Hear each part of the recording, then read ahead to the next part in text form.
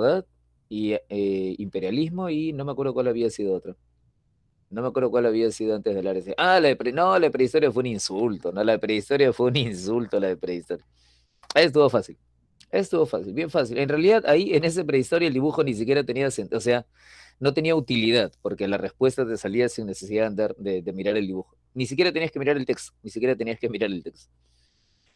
Ah, la de Guerra del Salitre. Ah, me estás hablando de Historia del Perú. Ya, no, no he visto las de Historia del Perú porque yo me aboco a Historia Universal.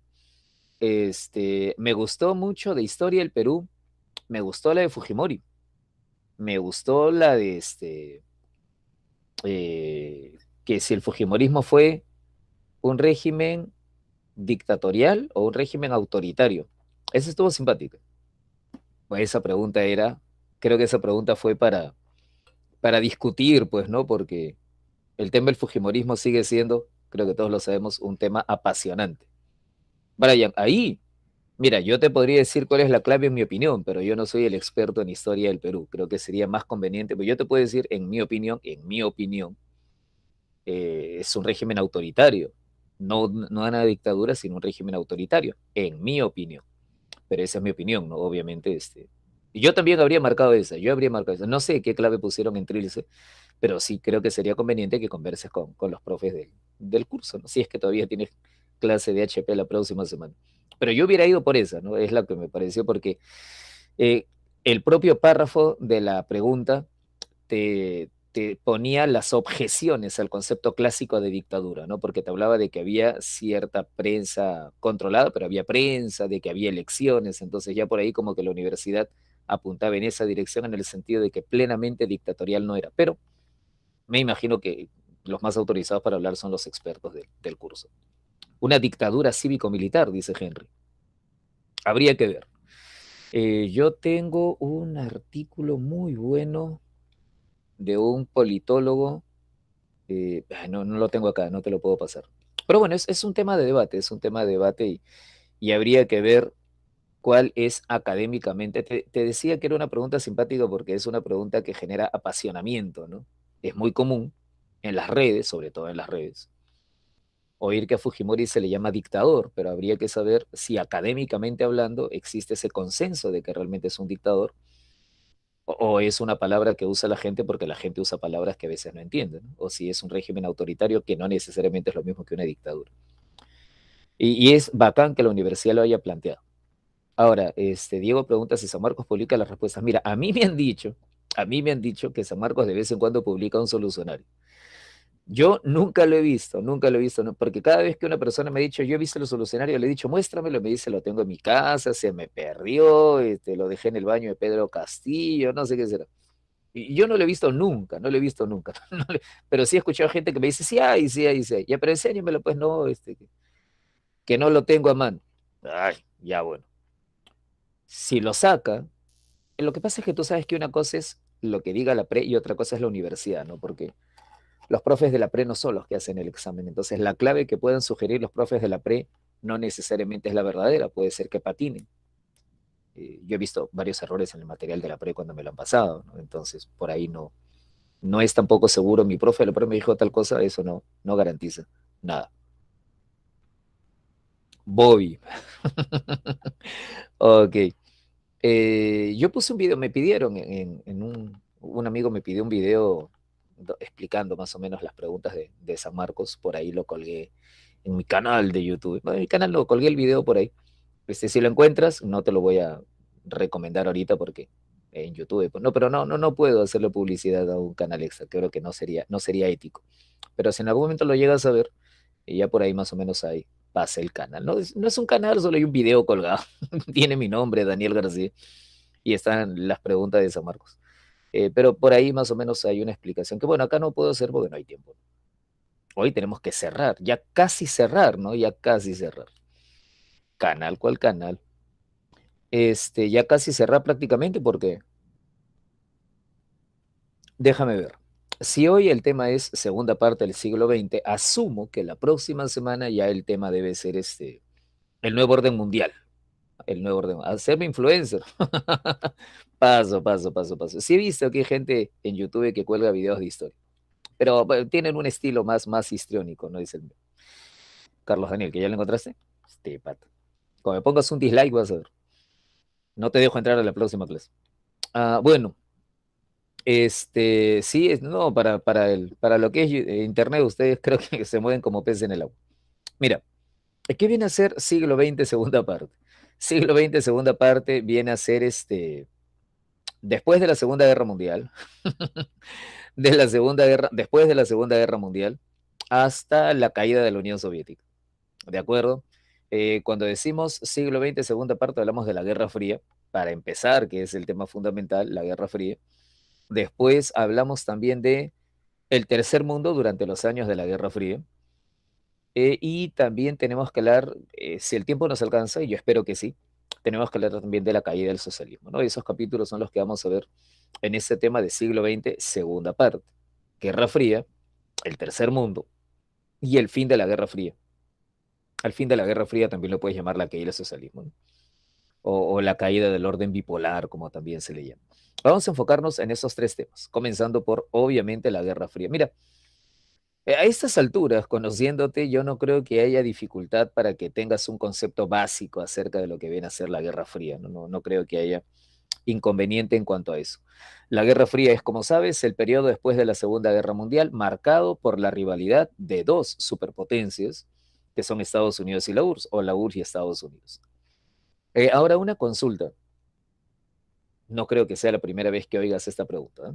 ¿Por qué le dicen Guerra Fría? ¿Te acuerdas? ¿Por qué la llaman así? Es un nombre extraño para una guerra.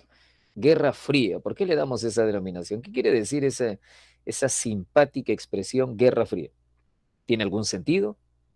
Es un enfrentamiento indirecto, correcto. Es la característica exacta, exacta. Es la característica principal que uno tiene que recordar de la Guerra Fría, ¿no? Las superpotencias, a pesar de que son hostiles, a pesar de que son rivales, no llegan a enfrentarse directamente en el campo de batalla. Ajá. Busca cada una ampliar su zona de influencia. Busca cada una ampliar su zona de influencia.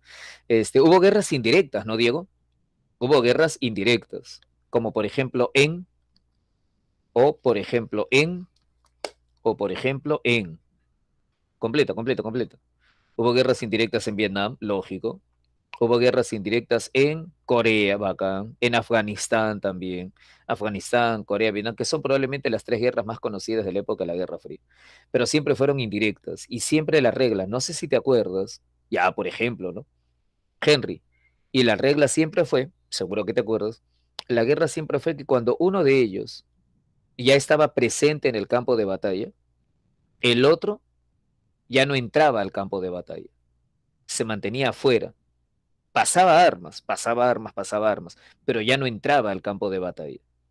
¿Cierto? Es la tónica de la Guerra Fría siempre es esa. Cuando uno de los dos gigantes baja al terreno, el otro se aguanta, ya no baja. El otro apoya a la guerrilla, el otro apoya a los enemigos. Muy bien, Henry, muy bien. ¿Cómo están en eso de Guerra Fría? Diego Alonso, Guerra de Corea. ¿Quién bajó? Henry, Guerra de Corea. ¿Quién desembarcó? ¿Quién vino a pelear? ¿Quién se presentó? Adrián, ahorita hablamos de eso. Adrián, en la Guerra de Corea, ¿quién bajó? ¿Quién desembarcó? ¿Quién vino al terreno? ¿Quién puso su ejército en el campo de batalla? ¿Estados Unidos o la URSS? Guerra de Corea. Estados Unidos, Henry, Estados Unidos. En la Guerra de Corea fue Estados Unidos. Estados Unidos es el que viene a pelear. La URSS, ¿qué hace? Apoyo material. A la URSS le pasa armas a Corea del Norte, pero no viene a pelear directamente porque no quiere un choque directo. Así es siempre. Adrián preguntaba por... Diego, ¿le puedes contestar, Adrián?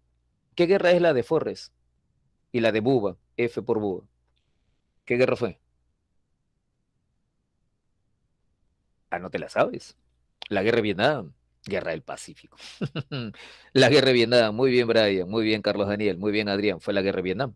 Ajá. Adrián, dímelo tú. Allí en Vietnam, ¿quién baja al terreno? ¿Qué país invade Vietnam? ¿Qué país despliega su ejército en Vietnam? De las dos superpotencias. No, Corea no se mete, Corea no se mete, Corea no se mete. De las dos superpotencias que son las que nos importan. Estados Unidos, lógico, ya lo viste a Forrest, ¿no? Estados Unidos, Estados Unidos, Estados Unidos. ¿Y la Unión Soviética qué hace? La Unión Soviética le pasa armas a la guerrilla que está peleando contra Estados Unidos. Claro, y Estados Unidos fracasa. Te creo que eres muy, muy bueno.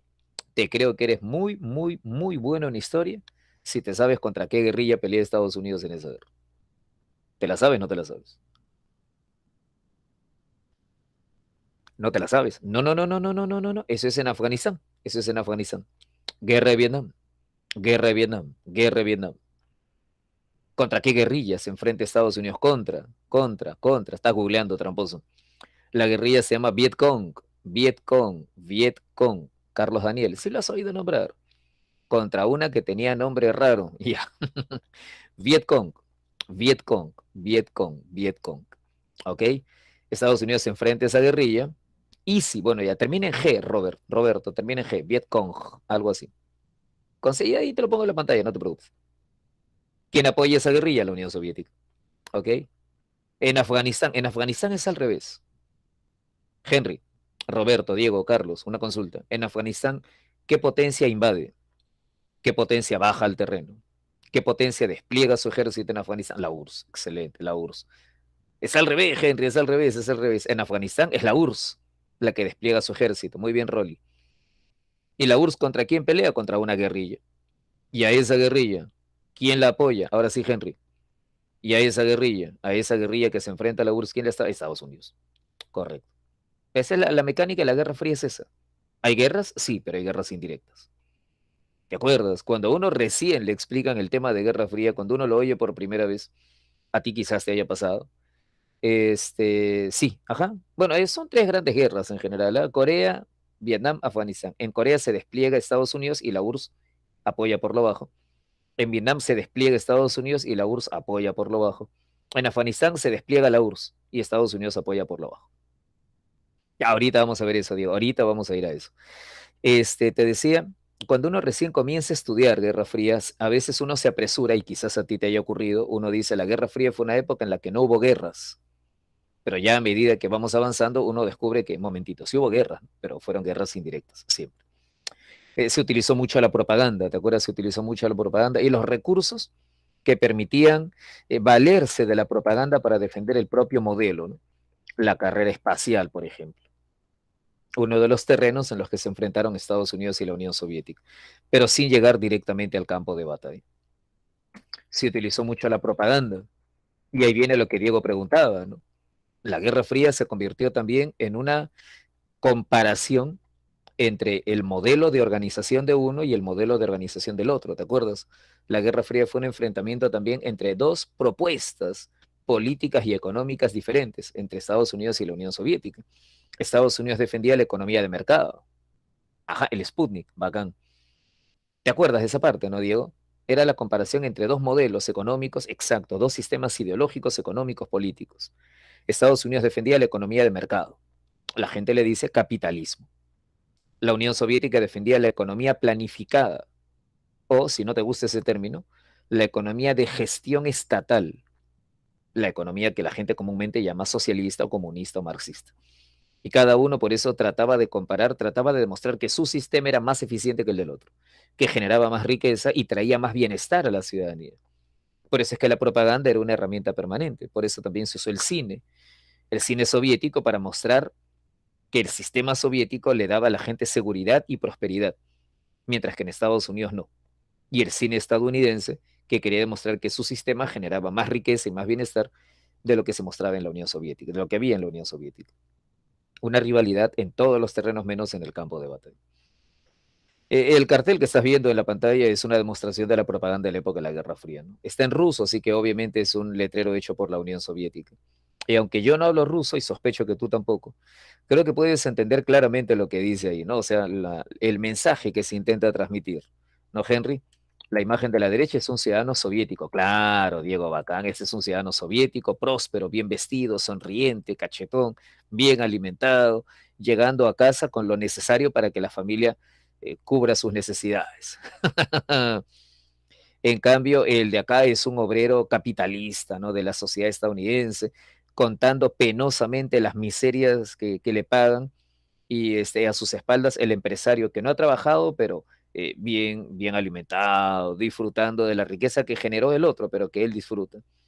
Y el Estado despilfarrando en armamentos, mientras la población vive en una situación miserable. que los rusos entrenan con osos. Sí, lo he visto a Putin lo he visto montando osos. Ese es un meme, por si acaso, ese es un meme, no es verdad, no es verdad, por si acaso no es verdad. A eso es a lo que nos referimos como la Guerra Fría, ¿de acuerdo? Entonces, lo definimos por acá, ¿te parece? Mauricio, ¿te acuerdas de esa perra? ¿La recuerdas, Carlos Daniel? Diego, Roberto, Laica, correcto, Laica, exacto, Laica, así es, Laica, pobrecito. Se murió, se murió, se murió. Hablemos de la Guerra Fría. ¿Ya qué viene a ser la Guerra Fría? Una nueva etapa en las relaciones internacionales. Va desde que acaba la Segunda Guerra Mundial hasta comienzos de los años 90. ¿Cuáles son las características de la Guerra Fría? Las que tienes ahí en la pantalla, las que tú ya conoces. Rivalidad entre Estados Unidos y la URSS por la supremacía mundial. Cada uno defendiendo un modelo ideológico, político, económico, ¿no? Modelo político también, no solamente es, y eso es lo que a veces la gente olvida, ¿no? No solo es capitalismo contra comunismo, eso es en el terreno económico, pero también hay una rivalidad entre modelos políticos, ¿te acuerdas, no? Estados Unidos defiende la democracia liberal, la democracia burguesa, la democracia como nosotros la conocemos. La Unión Soviética es una dictadura, pero una dictadura del proletariado. El gobierno lo tiene, según la Unión Soviética, las clases trabajadoras. La Unión Soviética inventa un término. La Unión Soviética inventa un término que es confuso. Inventa un término que nos enreda, no sé si te acuerdas. La Unión Soviética se inventa el término democracia popular. Habla, ¿te acuerdas o no te acuerdas? La Unión Soviética a sus aliados los llama democracias populares. Dice que es un nuevo tipo de democracia. Ese término, ¿cómo es? Ah, una democracia popular es un régimen en el que el poder está en manos del Partido Comunista, en alianza con otros grupos políticos, en alianza con otros grupos sociales. Es una dictadura, es una dictadura. Pero la Unión Soviética dice que es una democracia de nuevo tipo. La Unión Soviética dice la democracia liberal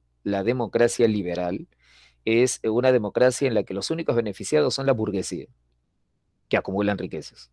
La Unión Soviética te dice, en cambio, la democracia popular es la auténtica democracia, dice la Unión Soviética, porque ahí el poder es un poder de las clases trabajadoras, en beneficio de las clases trabajadoras.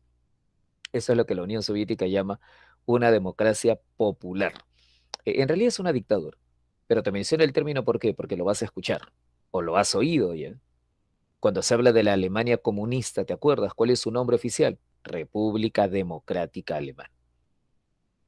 Y cuando uno no comprende, como era claro, Rolly, ¿te acuerdas? Y cuando uno no maneja el concepto de Guerra Fría, uno se enreda, ¿no? Porque si se llama República Democrática, uno dice, debe ser la Alemania capitalista. No, no, no. Es la Alemania comunista, pero los comunistas manejan otro modelo de democracia. Por eso cuando uno habla de Corea del Norte, hasta hoy, y tú lo puedes googlear en este momento, cuando uno habla de Corea del Norte, con Corea del Norte te encuentras ese nombre, ¿no? República Popular Democrática de Corea. Y otra vez, el nombre confunde. Democrática. Pero si es una dictadura, es una dictadura. Pero ellos se autodefinen como un nuevo tipo de democracia. Claro, claro. Al final los dirigentes se van convirtiendo en una élite privilegiada también. Característica de la Guerra Fría, Estados Unidos y la URSS rivalizan por la supremacía mundial, cada uno defiende su modelo ideológico, político, económico, compiten en el terreno del arte, de la cultura, de la tecnología, pero no llegan a enfrentarse directamente, no llegan a enfrentarse porque ambos tienen armas nucleares y armas termonucleares, ¿ok? Y las tienen por miles. Entonces esa es la razón por la que no llegan a pelear. Si se enfrentaran, saben que ambos se matarían. ¿Te acuerdas? La expresión matemática que se usa para resumir la Guerra Fría, uno más uno es cero, ¿cierto? Uno más uno, cero. En esa extraña expresión se resume la Guerra Fría. Uno más uno es cero. Si dos fuerzas iguales chocan, entonces simplemente se matan, se anulan, se destruyen. Uno más uno, cero. Por eso es que las superpotencias no llegan a pelear. Ambas son igual de poderosas. Hay un equilibrio en cuanto a la capacidad de destruirse que tienen. Si una de ellas ataca, la otra va a devolver al ataque, se van a destruir mutuamente. Por eso no llega a haber un enfrentamiento directo. Si hay un enfrentamiento a nivel mundial, hoy en día, Henry, claro, si hoy Rusia pelea con Estados Unidos, igual se matan, pues, ¿no? Y Estados Unidos con China también probablemente. Hoy en día hay menos armas nucleares que en esa época, ¿no? Pero igual, una guerra sería mortal para los dos, para esos dos para empezar. Quizás el resto del mundo no sufriría tanto las consecuencias como ellos, pero si ellos dos se agarran a golpes, mueren los dos. ¿ok? Te decía también, una característica de la Guerra Fría es que cada una de las superpotencias va a crear un sistema de alianzas. Eso de los sistemas de alianzas va a ser una característica típica de la Guerra Fría. Creo que lo tengo por acá. El mundo entero se va a partir en dos. Los de azul serán los socios de Estados Unidos y los de rojo serán los socios de la Unión Soviética. Por eso habrás oído que a esta época también la llaman el mundo bipolar, ¿cierto? Dos polos, Estados Unidos, la Unión Soviética, polo norte, polo sur, Estados Unidos, la Unión Soviética. Y cada uno atrae una gran cantidad de países. Y cada uno trata también de ampliar su zona de influencia. ¿Te acuerdas de eso? Estados Unidos trata de jalar más países a su bando y la Unión Soviética trata de jalar más países a su equipo. Ajá, muy bien, Henry. ¿Y cómo lo hacen? Bueno, mediante la ayuda económica, ¿no? O mediante la ayuda militar. Le ofrecen apoyo económico a los diferentes países para que se pasen a su bando. Le ofrecen apoyo militar a algunos para que se pasen a su equipo, ¿no? O mediante golpes de Estado, que ya es la forma más brutal. Si en un país hay un gobierno comunista, quizás Estados Unidos organice un golpe de Estado anticomunista para poner un nuevo gobierno y que se pase a su lado. O al revés de parte de la Unión Soviética, ¿no? Si hay por ahí un gobierno anticomunista, quizás la URSS quiera derribarlo mediante un golpe de Estado para imponer un gobierno comunista. Esos mecanismos son los típicos de la Guerra Fría. Esa es la Guerra Fría. Lo resumimos en la etapa después de la Segunda Guerra Mundial. Dos superpotencias, Estados Unidos y la URSS. Cada una defiende un modelo ideológico, político, económico. Cada una teje un sistema de alianzas, de aliados o satélites, como dice Henry, ¿no? Se forma un mundo bipolar, pero no llegan al campo de batalla. Ambas saben que se aniquilarían. Uno más uno, cero. A eso le decimos la Guerra Fría. Hubo momentos de tensión, de hecho que hubo momentos de tensión, pero nunca llegaron a hacerse la guerra directamente. Lo que uno tiene que recordar siempre, te digo recordar porque ya eso tú lo has visto antes, lo que tenemos que recordar es por qué comienza la Guerra Fría. Y hay que tomar en cuenta, hay que tener presente siempre que la Guerra Fría tiene que ver con la propia Segunda Guerra Mundial, ¿no? Durante la Segunda Guerra Mundial, Estados Unidos y la URSS habían sido aliados. Pero tú y yo sabemos que esa alianza era solamente porque había un enemigo común, ¿cierto? Entre Estados Unidos y la URSS siempre había existido desconfianza, ¿verdad? La Unión Soviética desconfiaba de las democracias occidentales, Gran Bretaña, Francia, Estados Unidos, sospechaba que ellos la querían invadir porque eran anticomunistas, y en eso tenía razón. Pero simultáneamente, las democracias occidentales, Francia, Gran Bretaña, Estados Unidos, desconfiaban de la URSS porque sospechaban que el objetivo de la URSS era imponer su ideología a nivel mundial, y en eso tenían razón. El objetivo de la URSS era imponer su ideología en todo el mundo. Entonces, esa mutua desconfianza es lo que termina rompiendo la alianza que habían formado en la Segunda Guerra Mundial. Es lo que a veces uno no entiende de la Guerra Fría, ¿no? Pero si estos patas eran socios, yo los vi peleando juntos, se enfrentaron a Hitler entre todos, se dieron la mano Francia, Gran Bretaña, la URSS y Estados Unidos. Se ayudaron entre todos para vencer a Hitler. ¿Por qué ahora están rivalizando? Lógico, Henry, ¿no? Claro, claro, eran patas. ¿Cuál es el problema? Ah, ya, lo que pasa es que esa alianza era solamente por una circunstancia especial, por la guerra. Cuando termina la guerra, la desconfianza sale a la luz. La URSS está desconfiada, sospecha que la van a atacar. Y la URSS dice, yo estoy convencido que estos traidores me van a atacar. ¿Por qué? Porque ellos son anticomunistas. Y ellos saben que yo estoy débil. ¿Por qué estoy débil? Porque yo, la URSS, soy la que he perdido más gente en la guerra. Henry, ¿te acuerdas de eso? Adrián, ¿te acuerdas de eso? ¿A quién le matan más gente en la Segunda Guerra Mundial? A la Unión Soviética. ¿Cuánto? Alrededor de 30 millones de personas. ¿Sí o no, Diego? A la Unión Soviética le matan más o menos 30 millones de personas. Carlos Daniel dice, pero sería cobardía.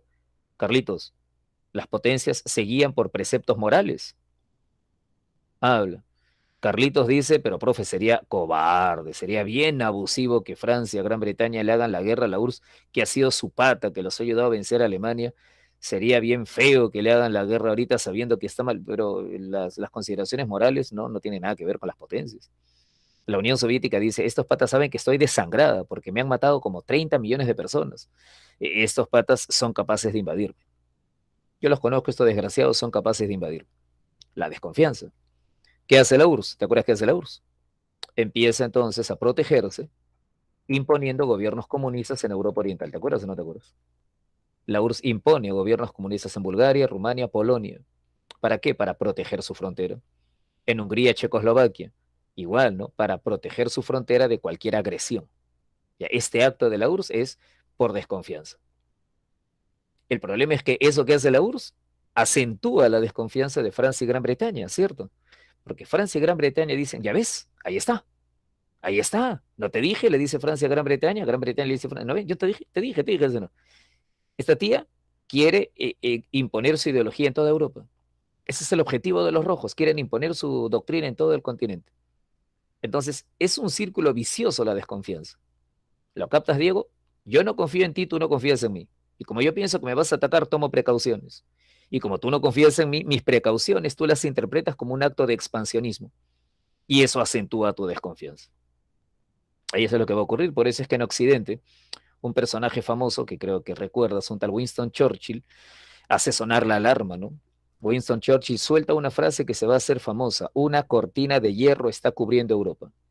Claro, te acuerdas la frase de Winston Churchill. Un telón de acero. Una cortina de hierro ha caído sobre el continente europeo. Una cortina de hierro está secuestrando a Polonia, Checoslovaquia. Es una metáfora, Henry, para referirse al avance de las tiranías comunistas. Recuerda que el comunismo no llega al poder por elecciones democráticas. Recuerda que el comunismo llega al poder mediante golpes de Estado, mediante el ejército de la Unión Soviética que impone el comunismo. Por eso es que se habla de una cortina de hierro, regímenes amparados por el poderío militar de la Unión Soviética, sus tanques y aviones, una cortina de hierro. Francia, Gran Bretaña tiemblan, piden a Estados Unidos que no les dé la espalda. Estados Unidos les dice, no hay problema. Estados Unidos dice, yo le prometo a cualquier democracia que esté en peligro, le prometo que le daremos apoyo. Esa es la doctrina Truman. El presidente de Estados Unidos, Harry Truman, proclama, la democracia está en peligro. La democracia está en peligro y Estados Unidos apoyará a cualquier democracia que esté amenazada, doctrina Truman. Estados Unidos destina miles de millones de dólares para la reconstrucción de Europa Occidental. A eso lo llamamos el Plan Marshall. La doctrina Truman y el Plan Marshall, ¿qué son? Son acciones de Estados Unidos para contener el avance del comunismo. Durante la Guerra Fría esa es la obsesión de Estados Unidos, alguna vez te lo habrán dicho. Durante la Guerra Fría, cada acción que lleve a cabo Estados Unidos tiene ese objetivo, evitar el avance del comunismo. Ya, eso grábatelo bien. Ya, eso debe estar ahí a la punta de la lengua. ¿Ya? Cualquier cosa que haga Estados Unidos en la Guerra Fría siempre es con ese objetivo, evitar el avance del comunismo. No te vayas a olvidar, ¿eh? Cuando la universidad por ahí te pregunte, ¿por qué Estados Unidos interviene en la guerra de Corea? Para evitar el avance del comunismo. ¿Ok? ¿Y por qué actuó contra la revolución cubana cuando Fidel Castro tomó el poder? Para evitar el avance del comunismo. ¿Y por qué Estados Unidos se metió en Vietnam? Para evitar el avance del comunismo. ¿Y por qué se metió en Afganistán? Para evitar el avance del comunismo. Ok. Y cuando me pregunten, ¿y por qué activó el Plan Marshall? Para evitar el avance del... Esa es la obsesión de Estados Unidos en la Guerra Fría. Contener el avance del comunismo. La Unión Soviética, se indigna, ¿no? La Unión Soviética le dice a Estados Unidos, ¿sabes qué? Aquí lo que pasa es que tú quieres imponerle a todos tu sistema político y tu sistema económico. La Unión Soviética le dice a Estados Unidos, le dice al mundo, ahorita hay dos tipos de países, dice la Unión Soviética. El mundo se ha partido en dos. Hay países como yo, dice la URSS, pacifistas, pacíficos, que no les interesa imponerle su sistema político a nadie. Y hay países como Estados Unidos que quieren imponerle a otros su modelo político, su visión del mundo, su concepción económica. A eso la Unión Soviética lo conoce como la doctrina Jdanov. La Unión Soviética anuncia, el mundo se ha partido en dos. Estados Unidos dice, hay una amenaza para las democracias. La URSS contesta, no, aquí la única amenaza que hay es que tú quieres imponerle tu sistema de gobierno a otros. Adrián pregunta, ante la postura del comunismo, ¿en qué afecta a los países? ¿De qué manera el comunismo afecta a los países que no son comunistas? Es lo que estás preguntando, ¿verdad? El comunismo es una doctrina, el comunismo es una ideología que aspira a la revolución mundial. Ya eso hay que tenerlo claro, al menos en sus inicios. ¿Eh? Actualmente, bueno, ya ese es un tema de discusión, ¿no? Pero en esa época, en ese tiempo, el objetivo del comunismo era la revolución global, la revolución mundial. El comunismo habla de la derrota del capitalismo, no en un país, sino la derrota mundial del capitalismo. Para los comunistas, para los marxistas, la revolución solo habrá terminado cuando cuando el capitalismo, perdón, haya sido eliminado por completo de la faz de la Tierra. Recuerda, creo que alguna vez lo dijimos, que la doctrina de Marx no es una doctrina nacionalista, no es una doctrina nacional. Marx no habla de la liberación de la clase obrera en Francia, o la liberación de la clase obrera en Alemania, o la liberación de la clase obrera en Rusia. Marx habla de la liberación global de la clase obrera. El marxismo tiene una visión universal. El marxismo tiene una visión transnacional. Por eso es que los países, claro, Rolly, ¿te acuerdas? Ajá. Como dice Rolly, claro, ¿no? Marx dice, únanse proletarios del mundo, únanse. Por eso Adrián, por eso Rolly, por eso Henry, por eso Diego, cuando por ahí la universidad te pregunte cuál fue la actitud socialista en el contexto de la Primera Guerra Mundial, Henry, habla. En el contexto de la Primera Guerra Mundial, los socialistas del mundo llamaron a la guerra o a la paz. Los socialistas del mundo llamaron a que cada uno se ponga bajo su bandera y pelee contra el enemigo, o llamaron a la paz mundial, a la solidaridad de la clase obrera. ¿Cuál fue la actitud de los socialistas? Paz, exacto, paz, no lo vayas a olvidar. La actitud socialista en el contexto de la Primera Guerra Mundial fue paz, porque ellos decían, ¿por qué nos vamos a matar los obreros alemanes contra los obreros franceses? Si al fin y al cabo todos somos obreros y estamos explotados. Para el socialismo, la conciencia de clase es más importante que la identidad nacional. Para el socialismo, la identidad nacional es simplemente una droga, un engañamuchachos para hacerte olvidar tu conciencia de clase. ¿La entiendes, Adrián? ¿La entiendes, Diego? ¿La entiendes, Rolly? ¿La entiendes, Henry? Ya, bacán. Para los socialistas del mundo, en esa época, y algunos de ellos hasta hoy, o sea, los pueblos del mundo tienen que ser solidarios. El nacionalismo es una tontería, porque al fin y al cabo todos somos trabajadores explotados. Esa es su visión. ¿De acuerdo? La Unión Soviética por eso rechaza la ayuda económica de Estados Unidos. La Unión Soviética dice nosotros, mis amigos Polonia, Hungría y yo, vamos a reconstruirnos con nuestros recursos. Y a eso se le va a llamar el Plan Molotov. Así es como nace la Guerra Fría. Ya como verás, la Guerra Fría nace en Europa. Ya como te habrás dado cuenta, la Guerra Fría comienza en el continente europeo. Ahí es donde se va rompiendo la alianza producto de la desconfianza de la URSS hacia Occidente y de Occidente hacia la URSS. Y las primeras manifestaciones de desconfianza son la imposición de gobiernos comunistas en Europa Oriental, la proclamación de una cortina de hierro, la doctrina Truman, el Plan Marshall y de parte de la Unión Soviética, su crítica hacia la política de Estados Unidos y la puesta en marcha del Plan Molotov. La Guerra Fría comienza en el continente europeo. Ya después, la Guerra Fría se hace global, ¿no?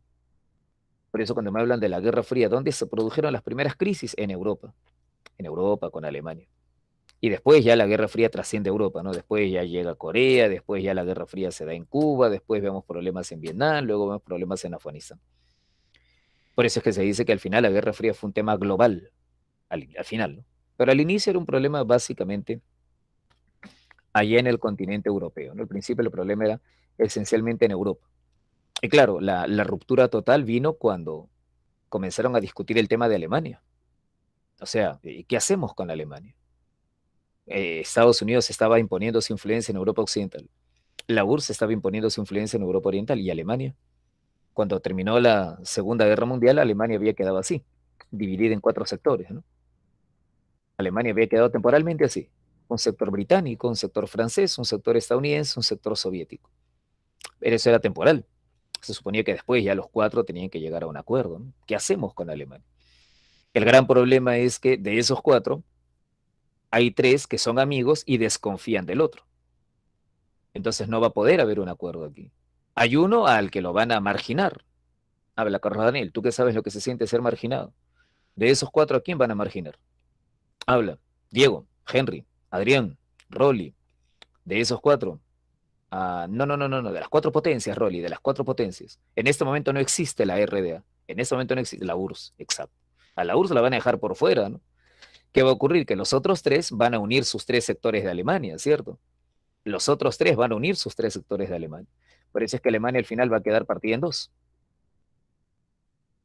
Entonces, ¿qué es lo que tengo que saber, lo que tengo que recordar de Alemania? Tras la guerra había quedado partida en 4 sectores, pero a la larga, británicos, franceses y estadounidenses iban a terminar fusionando sus 3 sectores. Por eso se va a terminar formando una Alemania capitalista como ellos, ¿no? Y la Unión Soviética, en su sector alemán, va a crear un Estado alemán como ellos, una Alemania comunista. El tema de Alemania es clave, ¿por qué? Porque el tema de Alemania es lo que ya termina de partir Europa. La división de Alemania es lo que ya termina de dividir Europa definitivamente, ¿no? En 2 bloques opuestos. Y ese mapa que te estoy mostrando aquí en la pantalla, que ahí se va a ser el mapa de Europa por los próximos 40 años. 2 grandes bloques, los de blanco neutrales, los demás alineados o con uno o con otro. Ya una vez que Alemania se parte en dos, ya Europa queda formalmente dividida en Europa Occidental, democracias liberales; Europa Oriental, democracias populares; Europa Occidental, economías de mercado; Europa Oriental, economías planificadas. Y asociados en alianzas, ¿no? Europa Occidental, la OTAN y la OS; Europa Oriental, el Pacto de Varsovia y el Comeco. Entonces, como te estaba señalando hace un instante, ¿no? Como te estaba señalando hace un rato, ¿dónde comienza la Guerra Fría? En Europa. ¿Y cuál es el momento definitivo en Europa? La partición de Alemania. Ese es el momento definitivo, la partición de Alemania. Y después de eso, ¿ya qué ocurre? Ya después de eso, perdón, creo que era acá. Después de eso, ya la Guerra Fría se hace global. Corea, Cuba, Vietnam, Afganistán. Durante los próximos 40 años, Alemania va a quedar partida en dos. ¿Cuál sería el mejor modelo para mi punto de vista? eh, los modelos marxistas al final tuvieron la gran desventaja de que cayeron, ¿no? Como lo vamos a mencionar dentro de un rato, la caída del marxismo, la caída del socialismo soviético, eh, terminó, eh, digamos, haciendo parecer o parecía demostrar que el modelo de economía planificada no era capaz de competir con una economía de mercado. Las economías de mercado en general han tenido más éxito. Si bien es cierto, sin embargo, si bien es cierto, las economías de mercado también son propensas a crisis cíclicas, como creo que ustedes les han comentado en economía. En las economías capitalistas hay crisis cada cierto tiempo. La del año 29, la del año 73, la de los años 80, la del año 2008. Entonces, claro, y generan desigualdades, obviamente, y generan desigualdades. Hay países que han sabido construir una tercera vía, lo que llaman economías sociales de mercado, que seguramente es un término que conoces. Economías sociales de mercado son economías de mercado, pero economías de mercado en las que el Estado regula de tal manera que la generación de riqueza termine beneficiando a todos, en mayor medida a los que generaron más riqueza, obviamente, pero también garantizando condiciones básicas para todos, incluyendo para la gente de menos recursos. Economías sociales de mercado exitosas son los célebres países nórdicos de los que tanto se habla siempre cuando se elogia a algunos países por su modelo económico, ¿no? Ustedes han oído hablar de Suecia, de Noruega, de Finlandia, de Islandia, de Dinamarca, y de países de por ahí de Europa Occidental también, ¿no? De Austria, de Suiza, de Bélgica, de Holanda. Economías sociales economías de mercado, pero donde hay una preocupación por reducir las desigualdades sociales de las que Henry habla. Pero no puedes repartir la riqueza si para empezar no generas riqueza, ¿cierto? Y ese es el gran punto que siempre hay que tener presente. No puedes repartir una riqueza que no has generado. Y las economías socialistas normalmente tropiezan en eso, ¿no? Normalmente tropiezan en eso. Son poco capaces de generar riqueza. Entonces por ahí va un poco el asunto. La generación de riqueza se da en mayor medida bajo economías de mercado, pero que luego tienen el problema de que generan desigualdad. Entonces por ahí es donde modelos con un poco más de, de proyección social, un poco más de interés social, tienen más ventajas, ¿no? Y generan sociedades más estables. Pero por más, yo sé que suena un poco redundante decirlo porque es una obviedad, pero no puedes repartir una riqueza que no has generado. Por ahí se tiene que empezar siempre, ¿no? Estas sociedades que te menciono son sociedades desarrolladas en el plano tecnológico, en el plano económico. A veces aquí en América Latina la gente dice, ¿no? Son economías socialistas. No, no, no, no, no, no, no te emociones, no te emociones. No son socialistas, no te emociones, no te emociones. O sea, Dinamarca no es socialista por ningún lado. Noruega menos, pues. Son economías de mercado. pero son economías sociales de mercado. Pero que le digan sociales no significa que sean socialistas. Ten mucho cuidado con eso porque la gente en redes sociales y también en la universidad, a donde vas a estar dentro de poco, la gente tiende a veces a, a manejar conceptos que en realidad no son auténticos, ¿no? Ya tú le preguntas a alguien, ¿el socialismo sí funciona? Ya, dame un ejemplo. Los países nórdicos, no, está fumado. Países nórdicos no son socialistas. Ya sé, no confundas, no son socialistas. Estás ahí, estás yéndote por otro lado. Pero eso no significa que la economía de mercado sea perfecta, ¿no? Obviamente hay cosas ahí que discutir, ¿de acuerdo? Ahora, ¿por qué por qué te mencionaba que la Guerra Fría empieza en Europa? Porque eso te va a permitir reconocer las etapas que se dan al interior de la Guerra Fría. Es importante ahí que recuerdes, es importante que recuerdes que la Guerra Fría dura 40 años, más, ¿no? Mira las fechas. Es decir, la Guerra Fría dura tanto, ya te imaginarás que hay fases en la Guerra Fría. Hay etapas que hay que distinguir, ¿no? ¿Cuáles son las etapas principales de la Guerra Fría? Perdón, las etapas principales de la Guerra Fría son las que tienes acá. Etapas de la Guerra Fría. Primero, la etapa de gestación en Europa, las primeras tensiones. Luego, la etapa de globalización, cuando ya la Guerra Fría se hace global, mundial, planetaria, ¿no? Cuba, Corea, etc. Luego, la fase de la coexistencia. La fase de la coexistencia es el momento en el que las dos superpotencias recapacitan, reflexionan y dicen, ¿sabes qué, hermano? Tenemos que acostumbrarnos a convivir, porque no nos vamos a poder destruir el uno al otro. O sea, si por mí fuera, te borro del mapa, pero no voy a poder hacerlo porque tú tienes armas igual de fuertes que las mías. Entonces, si nos agarramos a golpe, nos vamos a matar los dos. Uno más uno, cero. Entonces, hay que aceptarnos. ¿Ok? Esa es la etapa de la coexistencia. Las dos superpotencias se aceptan, se reconocen como iguales. Cada una acepta la esfera de influencia del otro.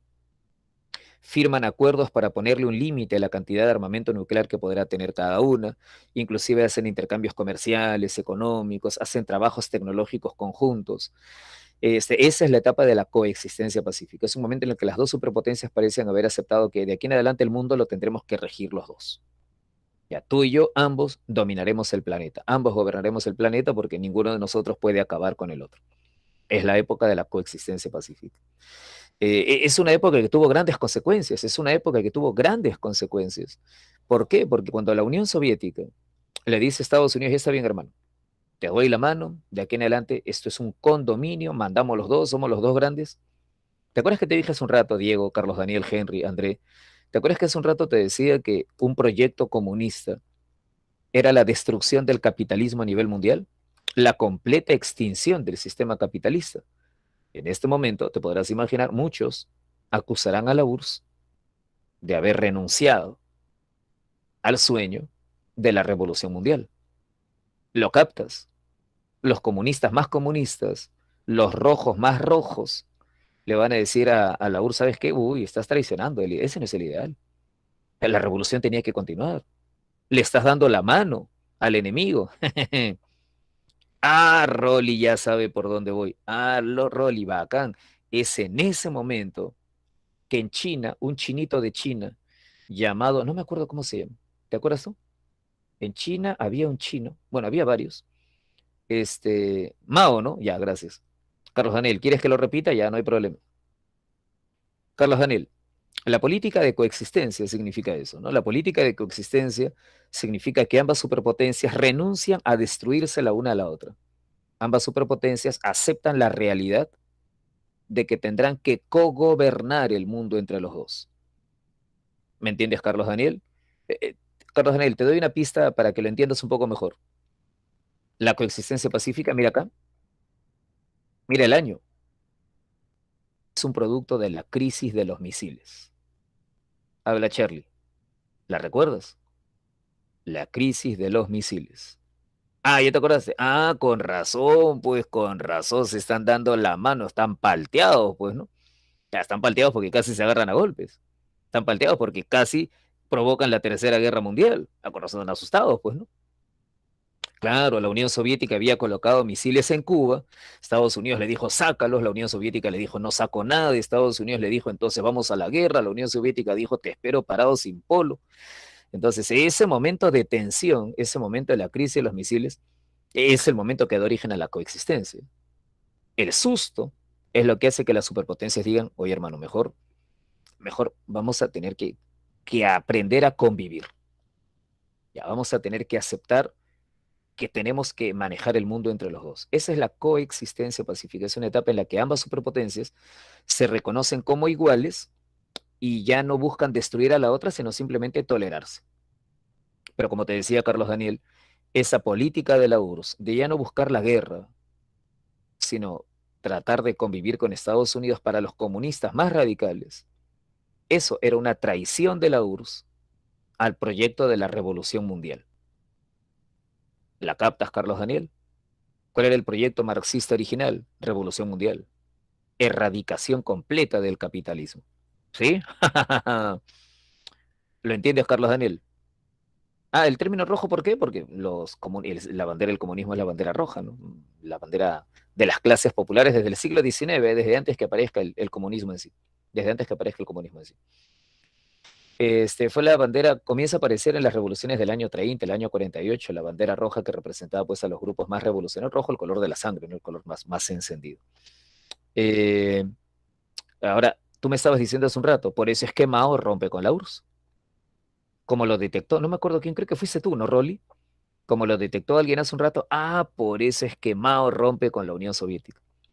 Por eso es que China rompe, es una de las razones por las que China rompe con la Unión Soviética. Ahora, ¿eso es importante? Sí. ¿Por qué? Porque de aquí en adelante el movimiento comunista a nivel mundial se parte en dos. De aquí en adelante el movimiento comunista a nivel mundial se parte en dos.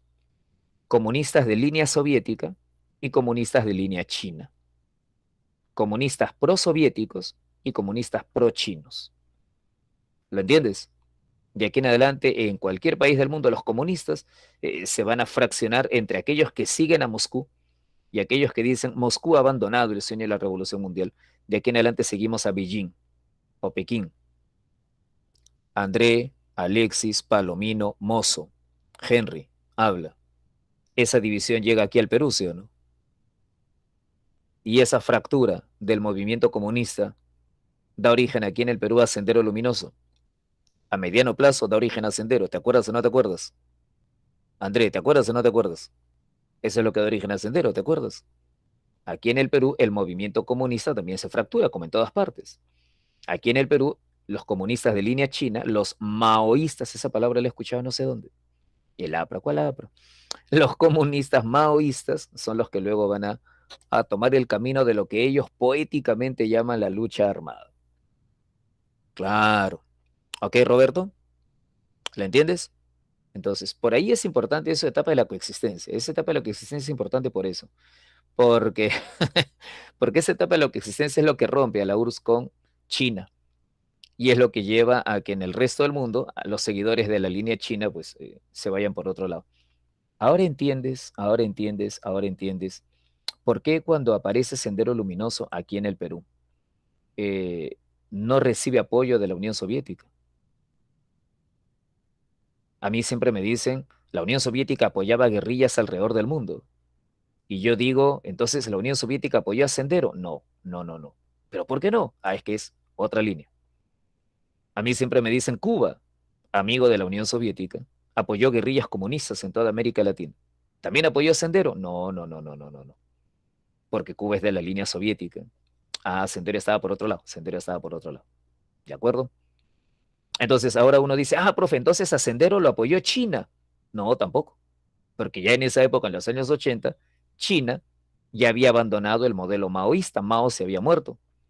Y el nuevo gobernante de China estaba implementando una economía de mercado. Entonces, Sendero sigue la línea china cuando ni China está siguiendo la línea china. ¿Ok? Es por eso que Sendero es un fenómeno extraño aquí en América Latina y en general a nivel mundial, porque Sendero sigue la línea china cuando ni China seguía la línea china. Pero Sendero sí, porque Sendero decía, no, la línea china es la línea del futuro.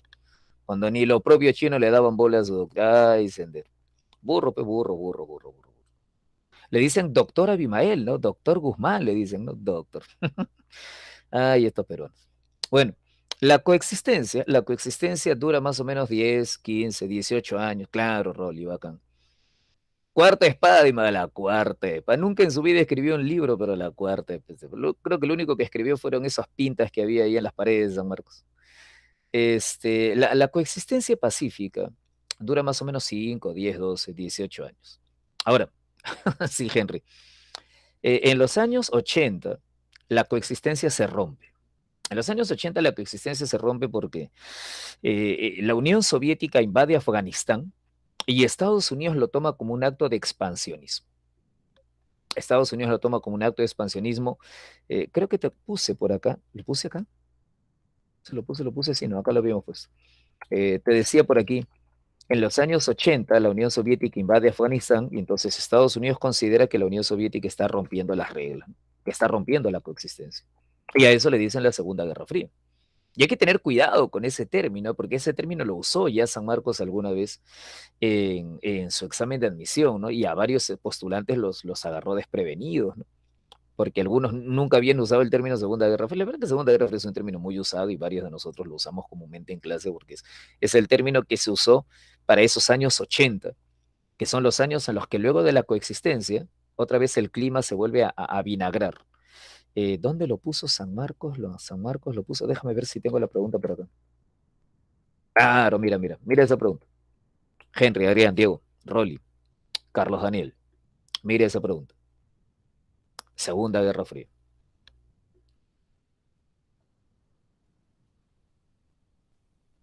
¿Qué propones?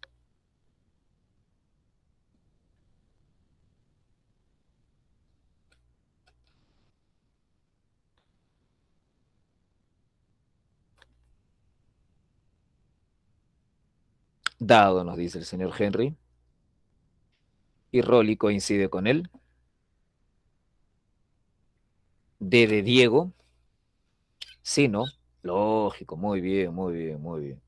Ah, pero tengo que manejar la periodización de la Guerra Fría, pues, ¿no? Y ahí son las cosas. Mira, yo sé que San Marcos tiene fama de ser una universidad difícil, pero al menos la universidad es honesta, o sea, la universidad te pone en el prospecto lo que te va a preguntar y eso te pregunta. Y si tú revisas el temario de San Marcos, que creo que lo tienes, no sé si alguien lo tiene ahí a mano, pero cuando me habla de la Guerra Fría, creo que una de las cosas que me menciona es fases o periodos. No sé si alguien tiene el temario por ahí para que confirme, o no digas que te estoy mintiendo. Una de las cosas que me pregunta en Guerra Fría es fases, etapas o periodos, no sé qué nombre utiliza. Y es cierto, no sé, hay que conocer las fases de la Guerra Fría. Y una de las fases de la Guerra Fría es esta que se llama Segunda Guerra Fría. ¿Y por qué le decimos Segunda Guerra Fría? Henry, ¿no lo tienes ahí el prospecto? ¿No tienes el temario? este, claro, lógico, Rolly. No tienes el testepato. Ya, pero yo lo tengo. No lo voy a buscar ahorita, pero lo tengo en mi correo.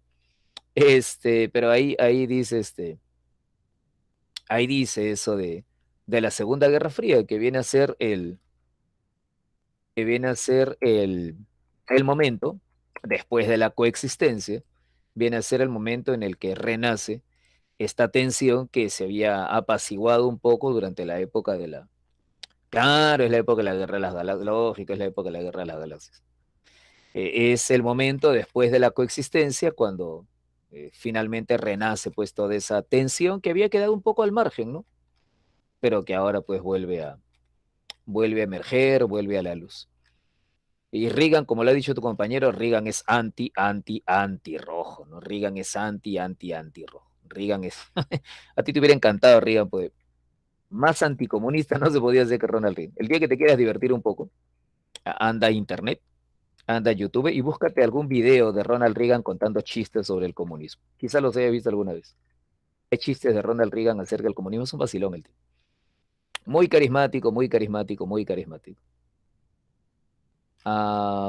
Claro, antes había sido actor de cine. Actor de cine creo que había sido Rolly. No sé si se había metido al periodismo deportivo. Pero puede ser, de algo hay que vivir. Puedes, este,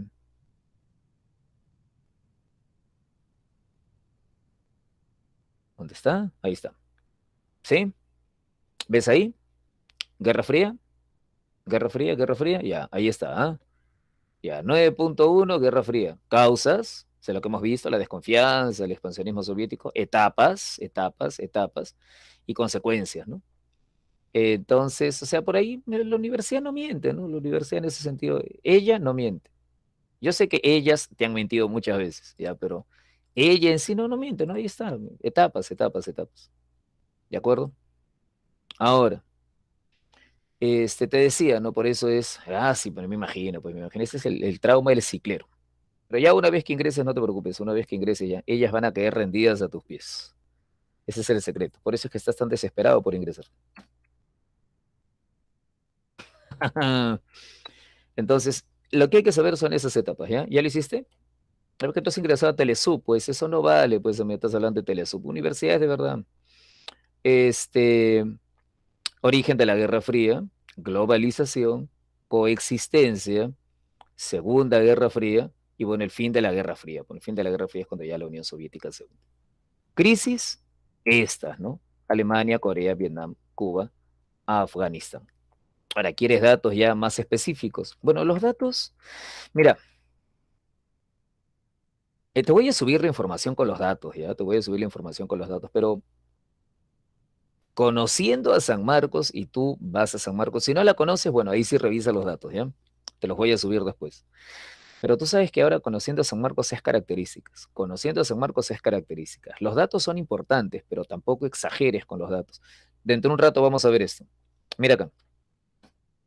En un rato vamos a hablar de este tema llamado la descolonización. ¿Qué fue la descolonización? Cuando decenas de colonias se convirtieron en estados independientes. Mira el mapa, mira el mapa, mira el mapa. Date cuenta de cuántos fueron. Carlos Daniel, ¿te das cuenta? Fue brutal. En un margen de 30, 40 años aparecieron más o menos 60, 70 nuevos países. Ya claro, ahora, Henry, yo tengo que conocerme a los líderes de todos, no seas malo, pues, ¿no? Tengo que memorizarme a todos los líderes de la escuela, no seas masoquista ni hablar, o sea, así no viene el examen. Si yo me voy a preparar memorizando datos, no he entendido qué es lo que San Marcos me pide, ¿verdad? Claro, ¿no? Tengo que conocer el proceso, las causas, las características, las modalidades, o sea, cuáles de estos son los más importantes, probablemente hay algunos más importantes que otros, ¿no?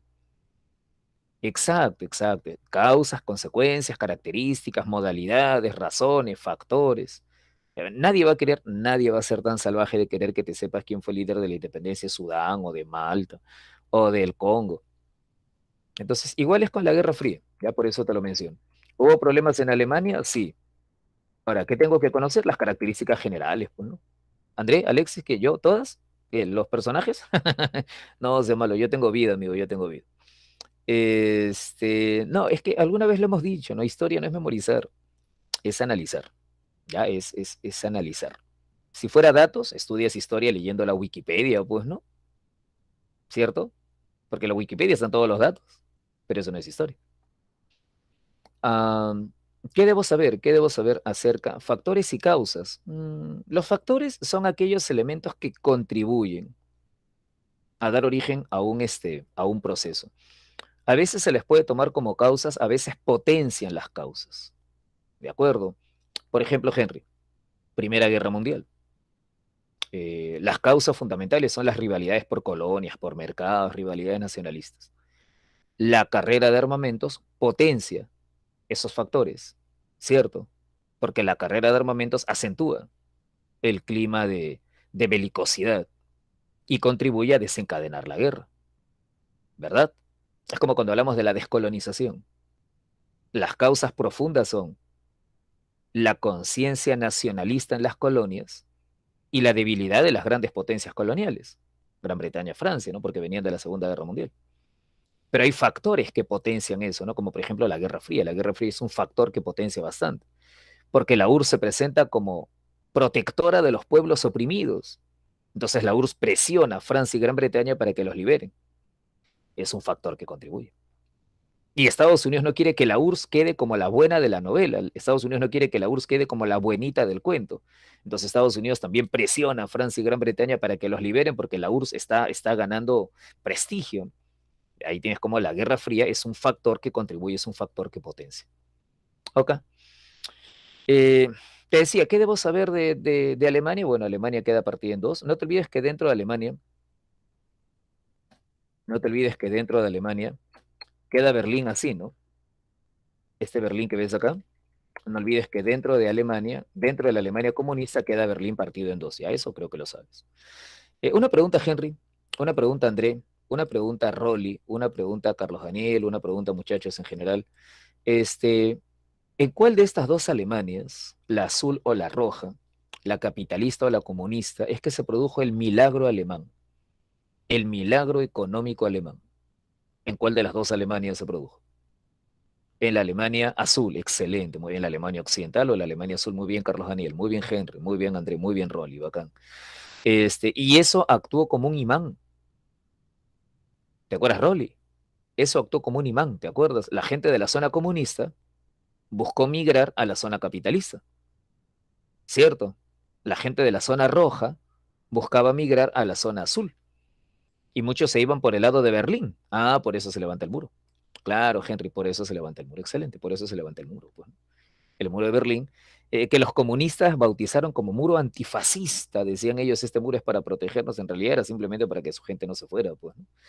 El muro de Berlín se convirtió en un símbolo de la partición del mundo en dos. Así como Berlín estaba partido en dos, pues, era todo el mundo el que estaba partido en dos. Son algunas situaciones que se dieron en el contexto de la Guerra Fría, ¿no? La partición de Alemania, la Guerra de Corea. Así, André. Kennedy es el que lo graficó muy bien, ¿no? Cuando John F. Kennedy visita Berlín Occidental, encerrados por el muro, Kennedy suelta una frase que dio la vuelta al mundo, ¿no? Kennedy dijo, la democracia tendrá sus defectos, pero nunca hemos tenido que hacer un muro para evitar que la gente se vaya. Ay, eso fue un misil al corazón de la Unión Soviética, ¿no? O sea, a ti la gente se te va. La gente te odia tanto que tienes que hacer un muro para que no se te vaya. La democracia tendrá sus defectos, pero nunca hemos tenido que hacer un muro para evitar que la gente se vaya. Lo máximo, Kennedy. Sí, Rolly, eso fue directo, un misil ahí al corazón, directo a la hoz y al martillo. El discurso de Kennedy está completo en YouTube y cuando quieras lo puedes ver. Kennedy era un pata muy, muy, muy carismático y con una oratoria ah, muy elegante, muy elegante, uno de los presidentes más cultos que ha tenido Estados Unidos, que de por sí es un país de presidentes cultos. La mayoría de presidentes norteamericanos han escrito libros cuando han llegado a ser presidentes. Se parece al Perú. Bueno, la guerra de Corea es otro episodio famoso. Sufla. La guerra de Corea es otro episodio famoso. Corea era colonia de Japón. Cuando termina la guerra, la URSS ocupa el norte, Estados Unidos ocupa el sur. Estados Unidos impone un gobierno anticomunista, la URSS un gobierno comunista, ¿no? Un profesor, sí, ¿verdad? ¿No? Me siento empoderado, me representan. En el año 50, Corea del Norte, no me hagas hablar, me van a cerrar el canal. O sea. En el año 50, Corea del Norte invade Corea del Sur, Estados Unidos corre a ayudar al sur, China corre a ayudar al norte, al final ninguno de los dos se impone y firman un armisticio. La guerra de Corea recuerda que es un tema abierto, ¿eh? La guerra de Corea recuerda que es un tema abierto, Henry, Adrián, Carlos Daniel, no te vayas a olvidar. La guerra de Corea es un tema que nunca se ha terminado de resolver. Creo que eso lo tienes presente, ¿no? Me parece que de eso sí, sí estás al tanto. La guerra de Corea simplemente se firma una tregua, un armisticio, un pacto, una suspensión. Pero el tratado de paz definitivo no se firmó nunca, así que la guerra en sí no se ha resuelto, no te vayas a olvidar. Eso en cuanto a la guerra de Corea. Otro escenario clave fue Cuba, ¿no? Que también fue muy importante. Cuba era un país con problemas clásicos en América Latina, ¿no? Corrupción, miseria, desigualdad. Lo clásico en América Latina. Es nuestro modo de vida, es nuestro ADN. Pero además en Cuba había un fuerte descontento nacional, porque Cuba era una semicolonia de Estados Unidos. ¿Te acuerdas, no? Cuba era en teoría independiente, en teoría. En la práctica, Estados Unidos ponía y sacaba presidentes. Y los empresarios norteamericanos hacían lo que les daba la gana, lo que les daba la gana en Cuba. Había inversionistas norteamericanos que hacían en Cuba lo que no podían hacer en Estados Unidos. O sea, ponían negocios de casinos, ajá, correcto. Bueno, lo de los balnearios era lo más decente, ¿eh? Pero prostitución, exacto, tráfico de drogas, apuestas, negocios que les daban grandes ganancias, pero que en Estados Unidos estaban prohibidos. En Cuba sí lo podían hacer, bueno. Sí, Henry. Por eso es que se decía que Cuba era el burdel y el casino de Estados Unidos, ¿no? Por eso es que cuando viene la revolución, por eso es que cuando viene la revolución de Fidel Castro, tiene un fuerte apoyo popular, ¿ya? Y eso es muy importante que lo sepas. ¿La gente apoya a Fidel porque era comunista? No. Para empezar, Fidel en sus inicios nunca habló del comunismo. La gente apoya a Fidel porque había un fuerte descontento contra la injerencia permanente de Estados Unidos. Claro, este movimiento es un movimiento nacional, como dice Rolly, como dice Henry, ¿no? Tanto es así que algunos norteamericanos miraron a Fidel con buenos ojos. Tanto es así que algunos estadounidenses lo veían como un romántico, un aventurero, que quería liberar a Cuba, en sus inicios, exacto. Fidel toma el poder en el año 59. Pero claro, como dice Henry, ya una vez que toma el poder la situación cambia, porque empieza a hacer reformas y sus reformas perjudican a Estados Unidos, ¿no? República Dominicana era otra dictadura también protegida por Estados Unidos, gobernada por un famoso dictador. Quizá lo hayas oído nombrar, Rafael Leónidas Trujillo. Quizás te suene. Claro, Trujillo, del que habla Vargas Llosa en la fiesta del Chivo. ¿Lo has oído nombrar? Del que habla Vargas Llosa en la fiesta del Chivo. Claro, famoso, famoso, famoso. Cuando a Batista lo derriban, Batista se va a República Dominicana. Rafael Leónidas Trujillo lo recibe. Le quita sus maletas llenas de plata. Y bueno, luego ya Batista se va a otra parte. Bueno. Entre dictadores se protege. Leónidas Trujillo al final es derribado también. Leónidas Trujillo es una demostración de lo contradictoria que es la política norteamericana. Estados Unidos protegía a Trujillo porque era un dictador anticomunista. Pero con el tiempo, las barbaridades de Trujillo se hacen tan escandalosas que el propio Estados Unidos le quita su apoyo. Y al final colabora para que lo maten, para que le den un golpe de Estado, porque ya el pata era insoportable, insostenible. Claro, Adrián. Leónidas Trujillo es más importante de lo que parece, pero bueno, San Marcos no te va a preguntar por él. Leónidas Trujillo es el que hace asesinar a las hermanas Mirabal. Y el asesinato de las hermanas Mirabal, un 25 de noviembre, es lo que termina dando origen al Día de la No Violencia contra la Mujer, que creo que ustedes han oído mencionar. 25 de noviembre, ¿te acuerdas, Henry? Día de la erradicación de la violencia contra la mujer. Me imagino que las señoritas que están aquí presentes lo conocen, ¿no? Las hermanas Mirabal, y el 25 de noviembre es un día que, sobre todo en un país como el Perú, donde matar mujeres es casi un deporte nacional, parece. Todos los días vemos noticieros y observamos una cantidad de crímenes horrorosas. ¿No te has dado cuenta, André? No pasa día sin que haya un acto de violencia, sin que haya... No, es que es así. O sea, hay una brutalidad en este país, física, psicológica, económica también, porque es otra forma de violencia, en contra de las mujeres. Y aquí en el Perú debería dársele más importancia a esa fecha de la que se le da en realidad, pues, ¿no? Claro, claro, claro. Bueno, las hermanas Mirabal eran lideresas de la oposición contra Trujillo, ¿no? Y Trujillo las hace asesinar. A golpes, si no me equivoco, a golpes. Claro, claro, claro. ¿Qué no sabías? ¿Nunca lo habían oído? ¿En el cole no te hablaron de eso? Vamos a ir a tirar piedras a tu cole, ¿eh? Las chicas, ¿hay chicas en el salón? Yo sé que se han ido varios, pero hay chicas en el aula, me imagino que las chicas sí saben, ¿no? Ah, no hay chicas en el... Ah, está Ana Lucía, no hay chicas, creo. No veo a Ana Lucía nada más. No, no puedo ver todas porque tengo la pantalla compartida. Eso en cuanto a Trujillo, por el que me estaba preguntando Adrián, si no me equivoco. Bueno, ¿qué ocurre cuando Fidel toma el poder? Ah, ya, así en este salón ha prevalecido el patriarcado. Ya, cuando Fidel toma el poder, sus reformas empiezan a perjudicar a Estados Unidos, pues, ¿no? Parece que Estados Unidos impone sanciones económicas y luego intenta derribar a Fidel. Entonces Fidel se arroja en brazos de la Unión Soviética y la Unión Soviética lo protege instalando misiles nucleares. Y ahí es donde viene la crisis de los misiles. Ese es el momento en el que... ¿Ahora entiendes, Carlos Daniel? Ah, ahora todo tiene sentido. ¿Todo tiene sentido ahora? ¿Puedes morir tranquilo? Ah, y así es que ve el asunto. ¡Qué loco! Es que en historia todo está conectado, maestro. En historia todo está enlazado entre sí. Ah, por eso es un poquito compleja la historia. Fidel llega al poder, sus reformas perjudican los intereses norteamericanos llevan a que Estados Unidos quiera derribar a Fidel, Fidel se arroja en brazos de la URSS. Ah, sí, bueno, Rol, quizás, ¿no? Quizás, quizás. No ponga las manos al fuego, pero quizás.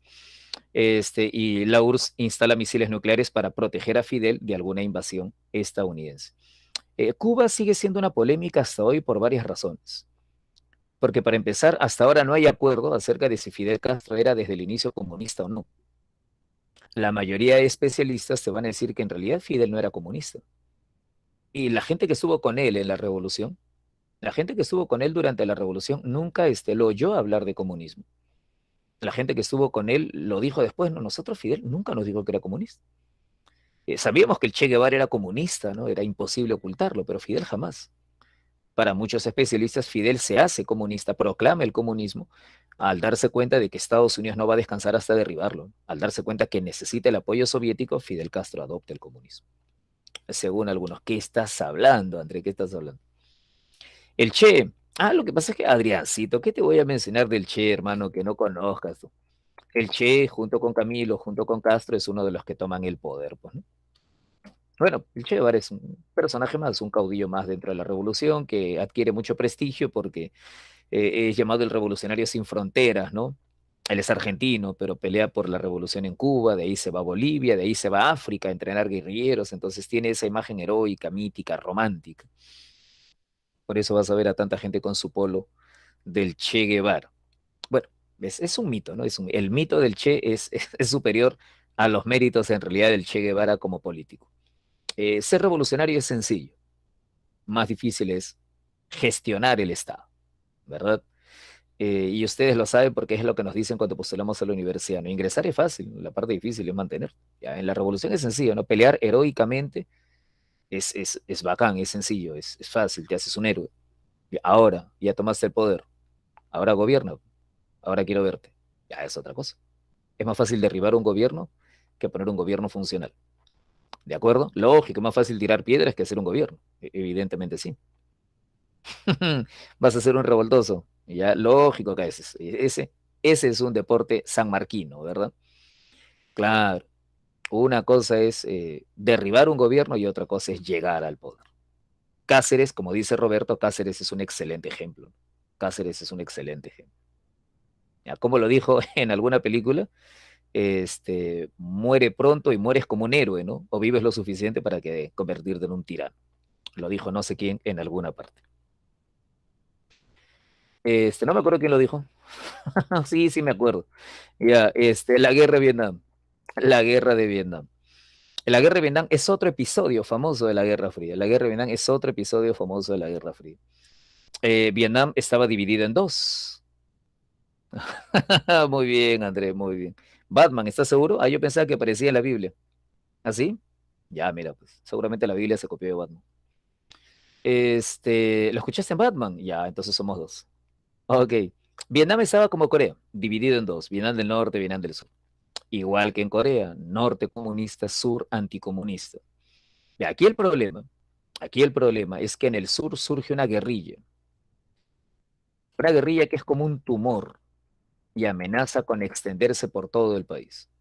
En Vietnam del Sur, que es anticomunista y socio de Estados Unidos, en Vietnam del Sur aparece una guerrilla llamada Vietcong, o una guerrilla comunista, ¿ok? Esta guerrilla es apoyada por Vietnam del Norte y por China y por la Unión Soviética. Si esta guerrilla toma el poder, Vietnam del Sur se va a fusionar con el norte bajo un gobierno comunista. ¿Entiendes por qué interviene Estados Unidos? ¿Qué te dije hace un rato?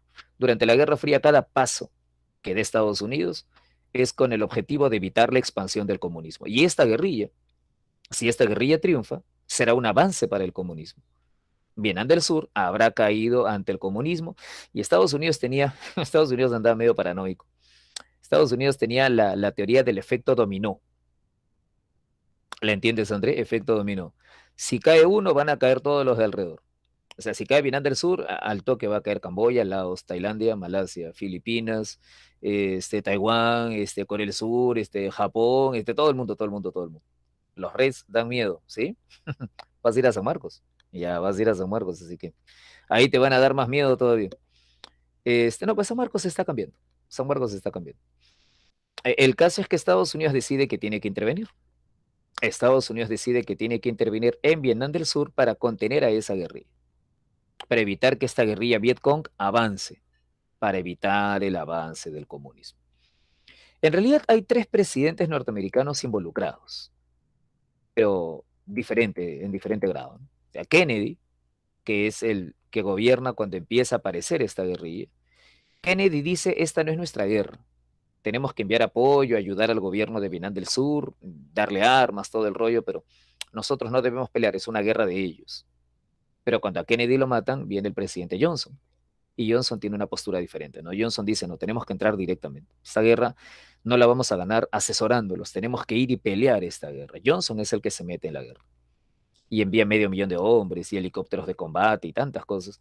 Y la guerrilla resiste, ¿no? Y la guerrilla se oculta en la jungla, se oculta en las montañas, y la guerrilla pone emboscadas a los soldados estadounidenses, y los soldados estadounidenses empiezan a morir.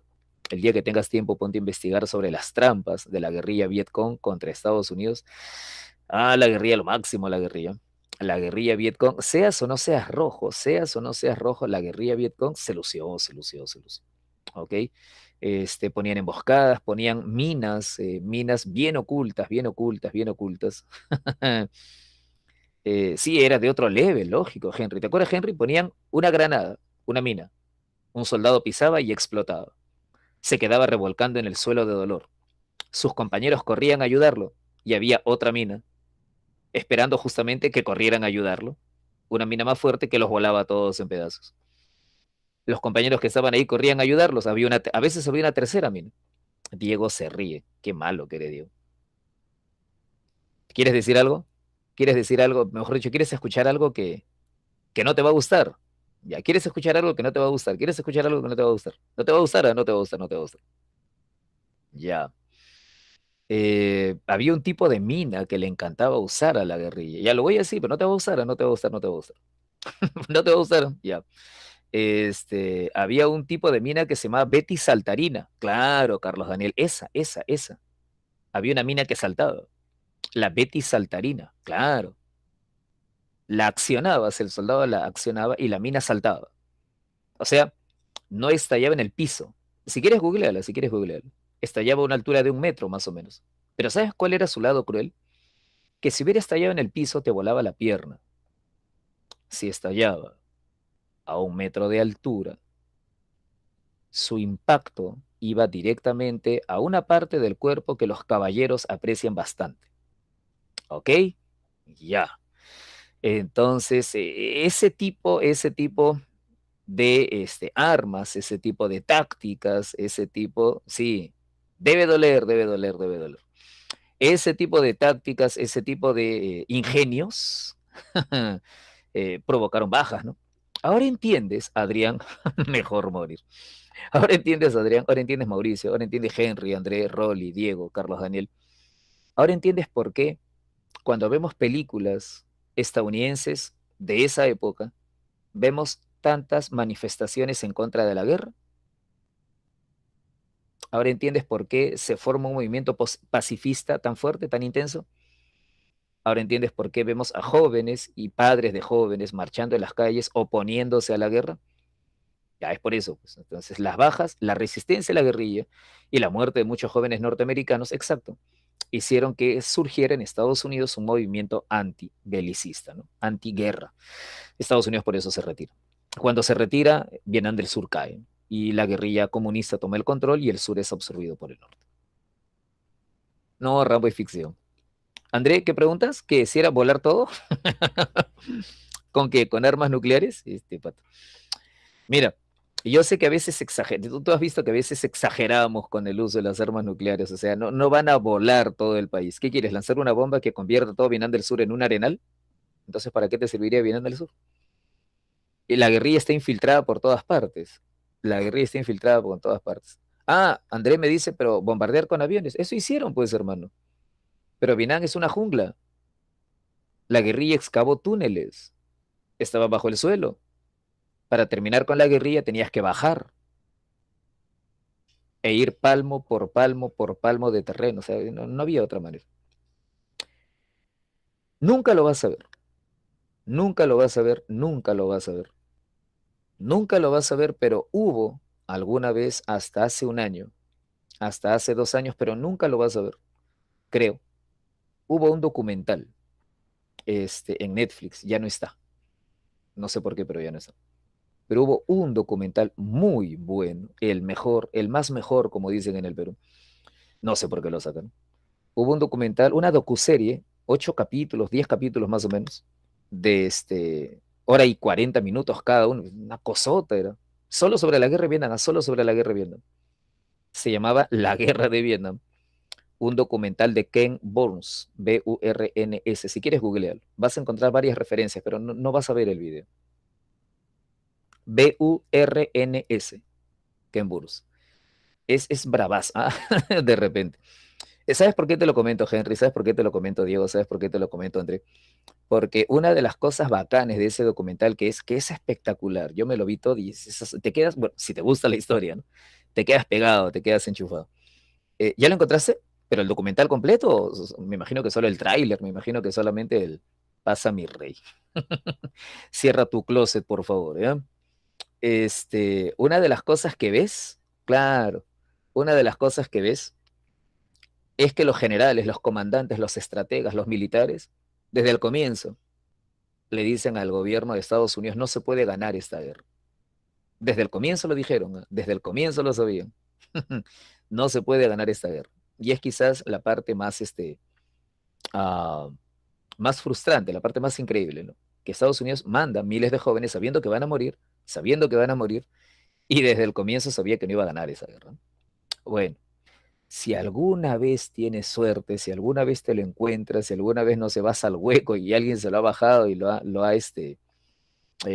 pirateado por ahí y te gusta la historia, uf, olvídate. Y yo estoy casi seguro que nunca lo vas a poder ver. Yo me lo vi, fue una de las mejores cosas que he visto en Netflix, ¿eh? Creo que valió la suscripción. Es espectacular ese documental, los testimonios y gente que en ese tiempo eran jóvenes protestando en las calles y que luego han sido políticos importantes en la historia norteamericana.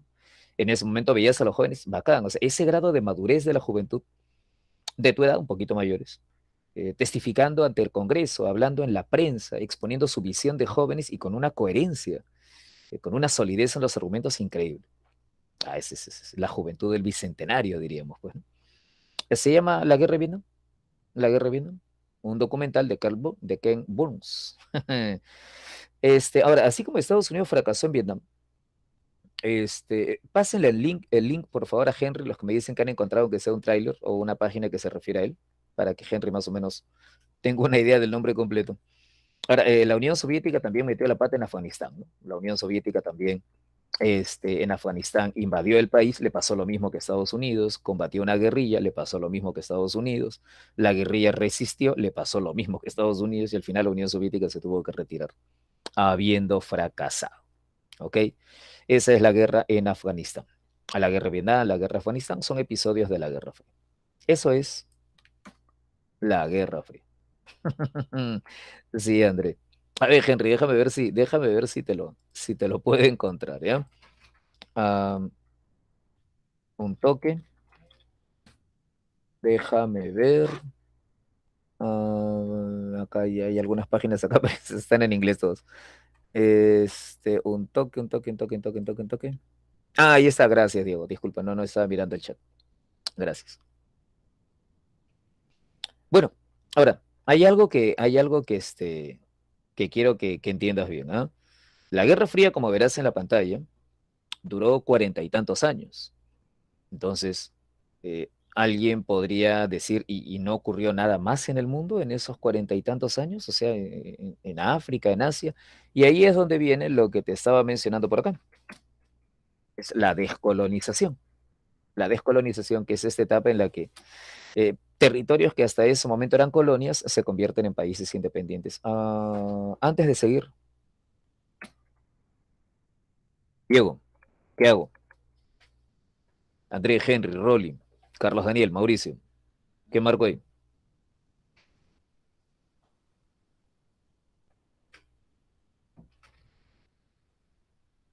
¿Qué propones?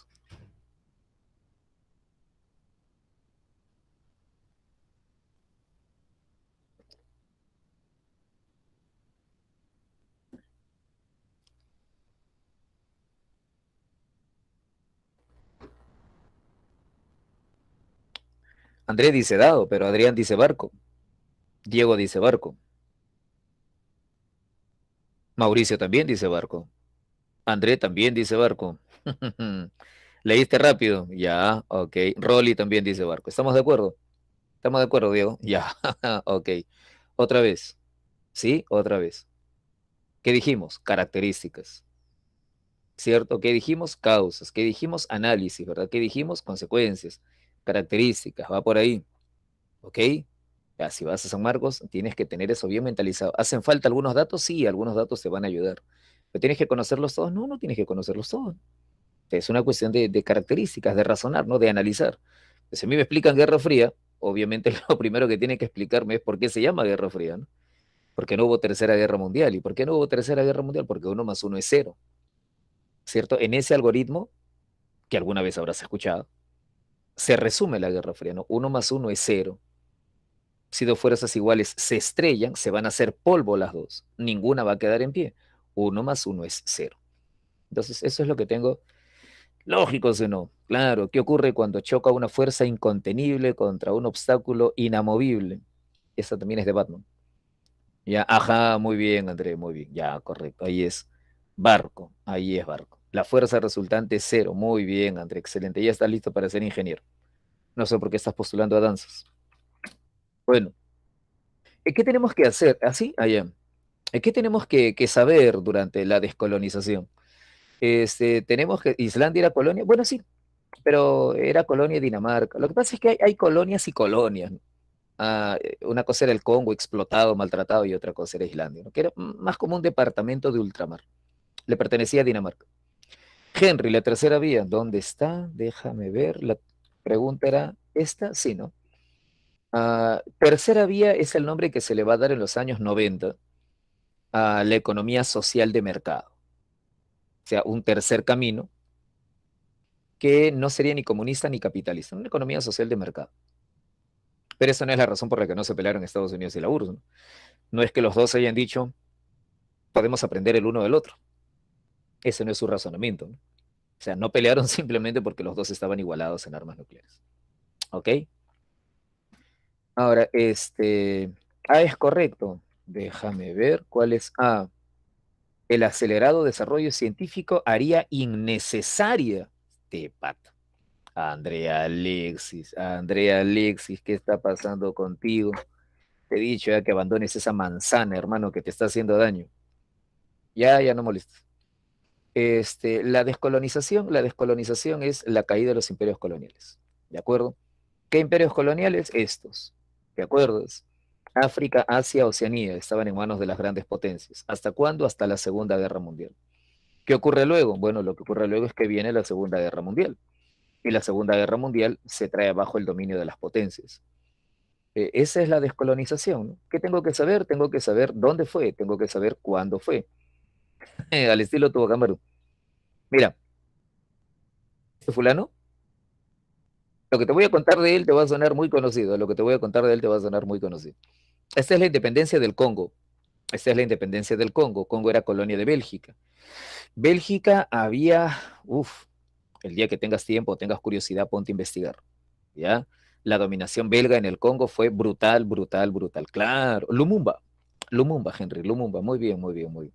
La dominación belga en el Congo fue horrenda, horrenda, horrenda. Sí, lo que hicieron fue espantoso, escalofriante, inenarrable.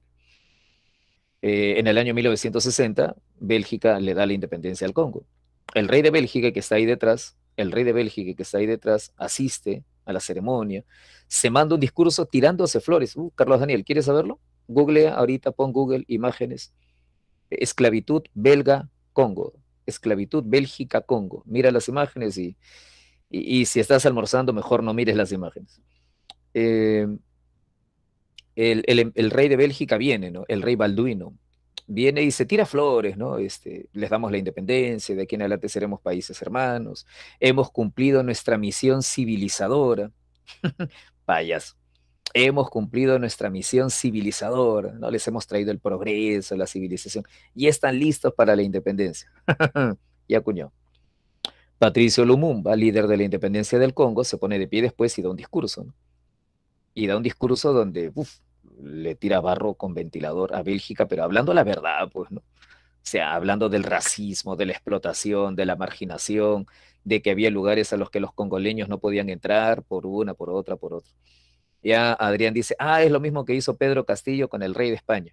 Bueno, hay una enorme diferencia, pues, ¿no? Acá fue una cuestión, una esclavitud espantosa. Espantosa, espantosa, espantosa. Y era reciente, no era algo que estaba fresco, no era algo que había pasado hace 200 años. Pero se parece un poco a la escena, por eso te decía, ¿no? Se parece. El caucho. Pero lo del caucho fueron peruanos, ¿no? ¿O me equivoco? Pero fueron peruanos, ¿no? Sí, no. Ah, ya, ya, ya, eso fue Ah, ya, bacán, bacán. Claro, ya eso fue una cuestión nacional. Ah, ya. Eso fue una cosa nuestra, no fue una cosa interna. Así somos los peruanos, nos gusta sacarnos sangre entre nosotros. ¿Dónde fue? En Asia y en África. ¿Cuándo fue? Entre los años 40, 50, 60, 70. ¿Qué tan intenso fue? Mire el mapa, pues, ¿no? Aparecieron decenas de nuevos países. Cada año aparecían países nuevos. En esa época era inútil comprar un mapa, no servía comprar un mapa del mundo porque cambiaba todo el tiempo.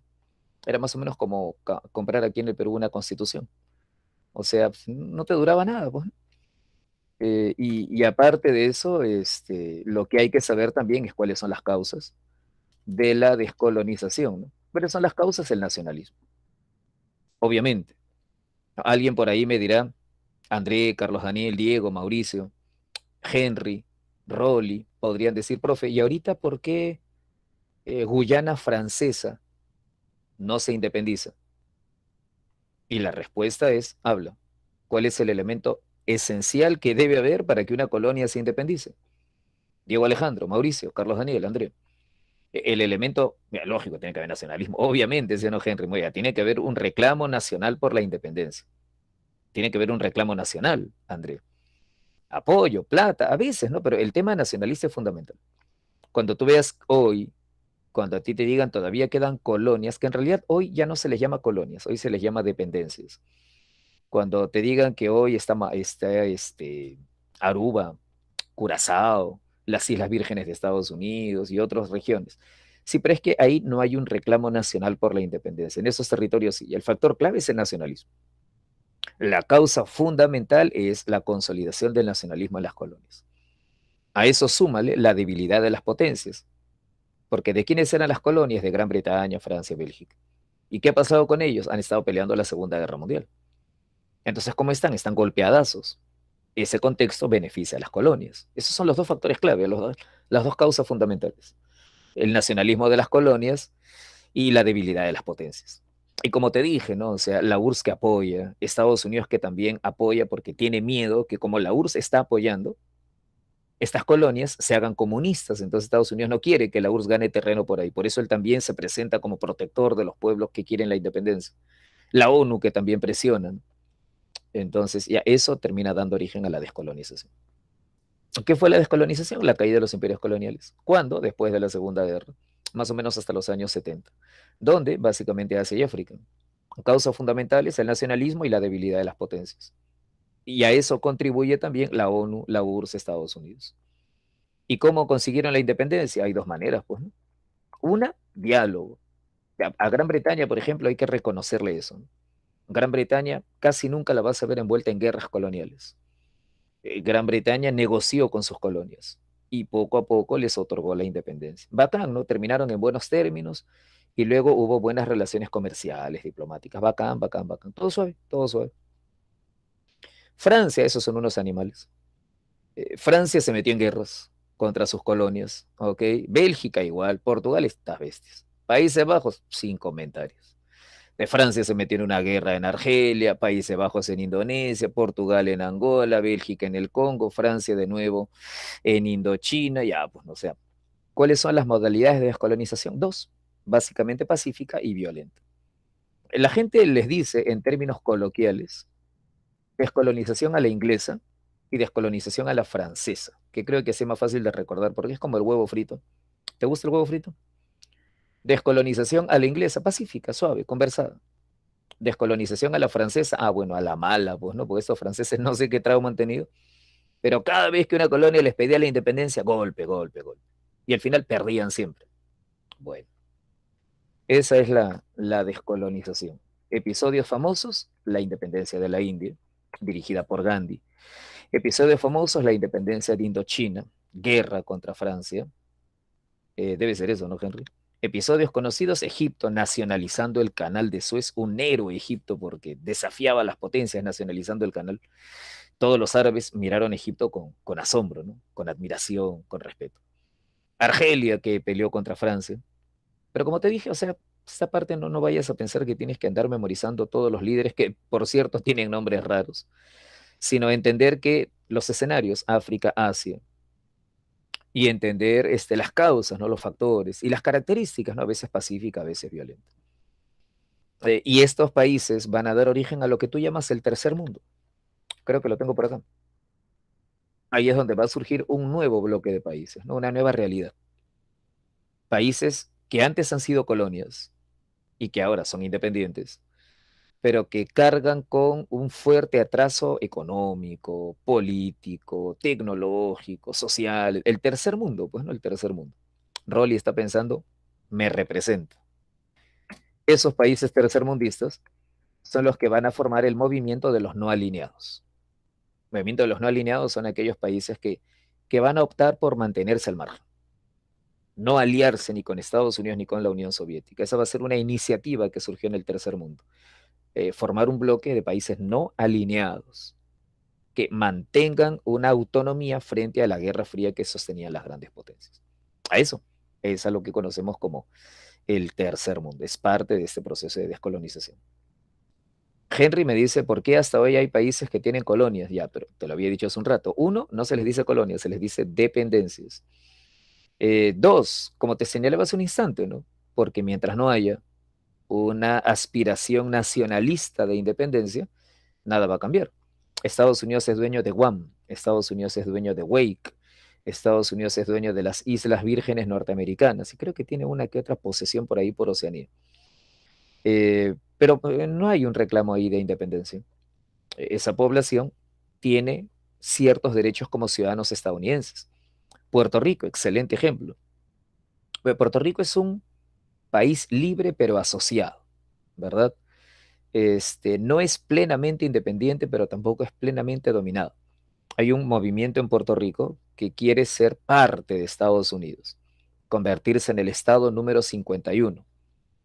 Podría ser, pero obviamente también Estados Unidos tiene que estar de acuerdo. No se han puesto de acuerdo en eso todavía.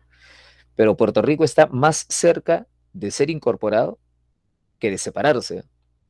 La población puertorriqueña, al menos en un buen porcentaje, no está en contra de la idea de ser parte de Estados Unidos.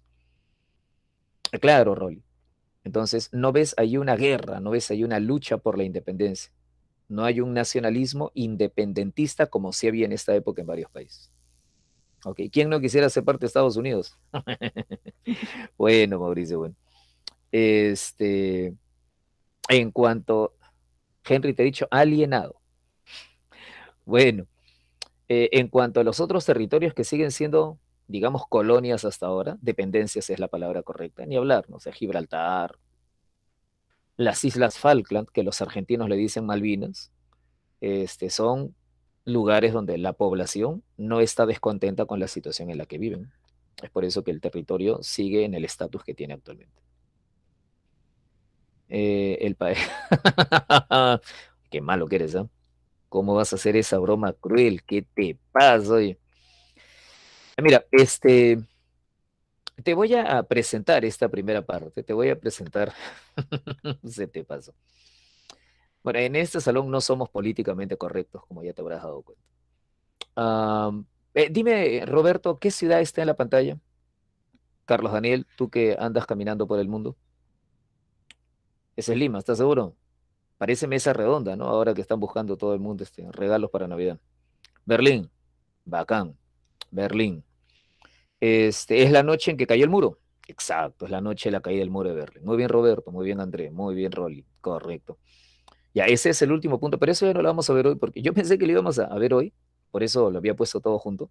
Pero ya que la próxima semana todavía tenemos una clase, vamos la próxima semana a desarrollar esto ya con amplitud. Pero sí quería más o menos dejarte una idea acerca de lo que va a ser el tema final de la próxima semana, ¿no? La caída del socialismo soviético. La caída del socialismo soviético. Que como probablemente sepas, tuvo lugar a fines de los años 80. Creo que te había puesto en la línea de tiempo que estaba, déjame ver, estábamos acá. Sí, ¿no? Por acá. Habíamos dicho que a partir de los años 80, fines de los años 80, ya el barco se comienza a hundir, ¿no? La Unión Soviética empieza a hacer agua. Ya es lo que vamos a tener que ver después, la caída del socialismo soviético, sobre todo a partir del año 89, que es cuando cae el muro y van cayendo las dictaduras comunistas. Y finalmente, acontecimiento espectacular, la Unión Soviética se disuelve, la Unión Soviética desaparece, la Unión Soviética se va del mapa. Quiero dejarte con una idea, porque es una idea fundamental. Estoy seguro que ya la conoces. Cuando me hablan de la caída del socialismo soviético, cuando me hablan de la caída de la Unión Soviética, André, ¿cuáles son las razones fundamentales por las que cayó?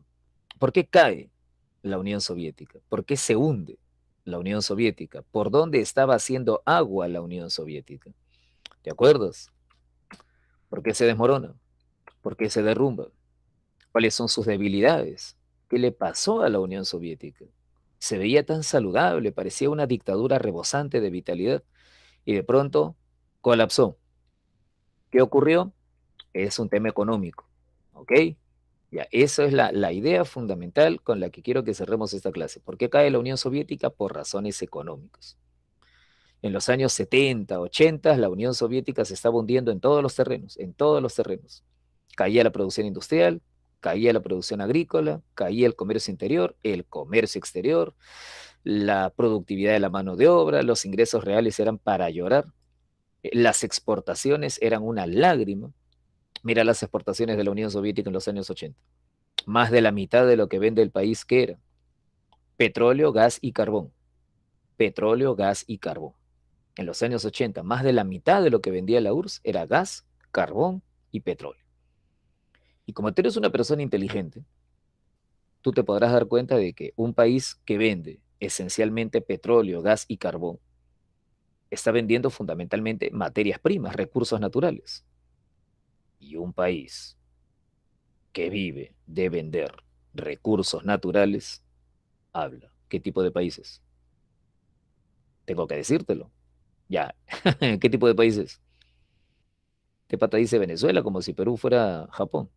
En una palabra, en una palabra, en una palabra. En los años 80, la Unión Soviética tiene una economía subdesarrollada, ¿cierto?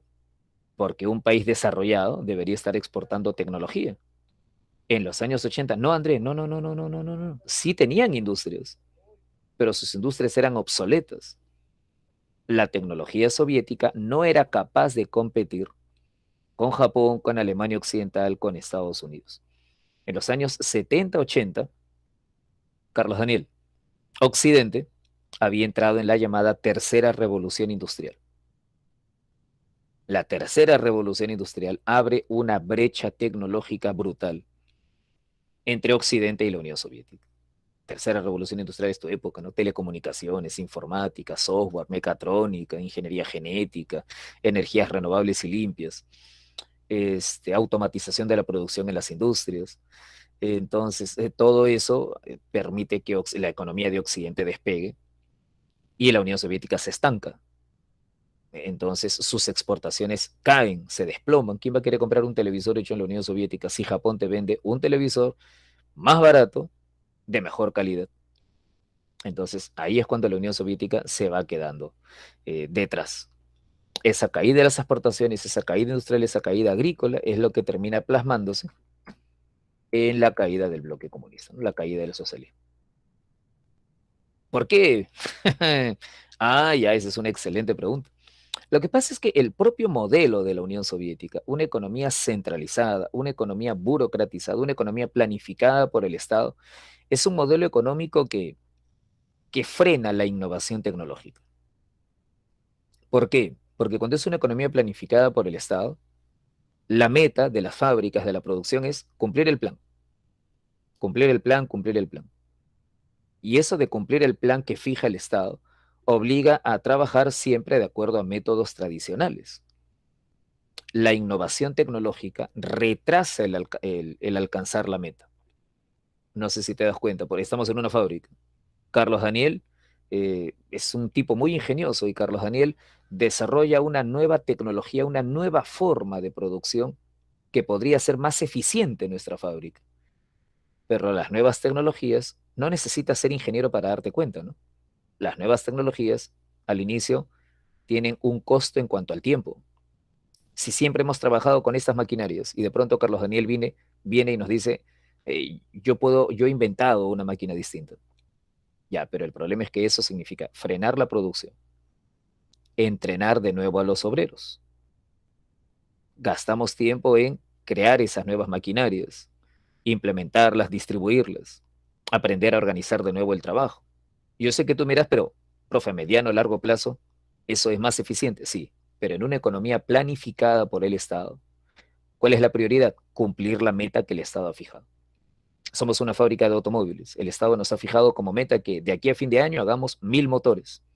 Carlos Anel dice, pero yo puedo desarrollar otro método para triplicar la producción. Ah, qué bacán, qué bacán, qué bacán.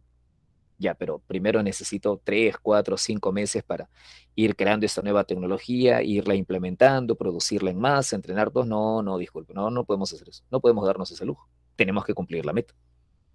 La economía soviética es una economía rígida, es una economía burocratizada, es una economía planificada y centralizada, donde las metas que vienen del gobierno central se tienen que cumplir sí o sí. No puede competir con una economía de mercado, donde la innovación es permanente, pues. Es la falta de innovación tecnológica en casi todo. Lo único que innovaba la Unión Soviética era en el terreno militar. Es lo único que estaba así a la altura de Occidente o quizás mejor. Pero en la producción de bienes de consumo, por ejemplo, no, la Unión Soviética tenía ese problema del atraso tecnológico. Siempre que veas una economía dirigida por el Estado, se frena la innovación. Es así, se frena la innovación porque ahogas la iniciativa individual. Siempre es así. Aquellos países comunistas que han empezado a crecer, ¿qué han hecho? Han introducido políticas de mercado para justamente permitir la iniciativa individual, ¿cierto? China, ¿desde cuándo empieza a crecer? Desde que aplica políticas de mercado. Vietnam, ¿desde cuándo empieza a crecer? Desde que aplica políticas de mercado. Podrá gobernar en China un partido comunista, pero tú sabes que no aplica políticas económicas comunistas, ¿cierto? Entonces ya en cuanto a innovación tecnológica, las economías de mercado son bastante superiores, ¿no? Que obviamente no significa que sean perfectas. Ya de eso hablaremos un poco más la próxima semana. Hoy el tiempo se nos fue, tenemos que ir a almorzar. Niños, nos estamos viendo la próxima. Nos vemos, Henry, gracias, cuídense. Ah, ya, nos vemos, Diego, nos vemos, Rolly, gracias. Ayuden a Diego, por favor, no sean malos. Nos vemos la próxima semana, cuídense. Hasta luego. Chao, gracias, gracias, gracias. Nos vemos, nos vemos. Sí, no te preocupes, Rolly, no te preocupes. Chao, Diego, nos vemos, André. Hasta luego, chao.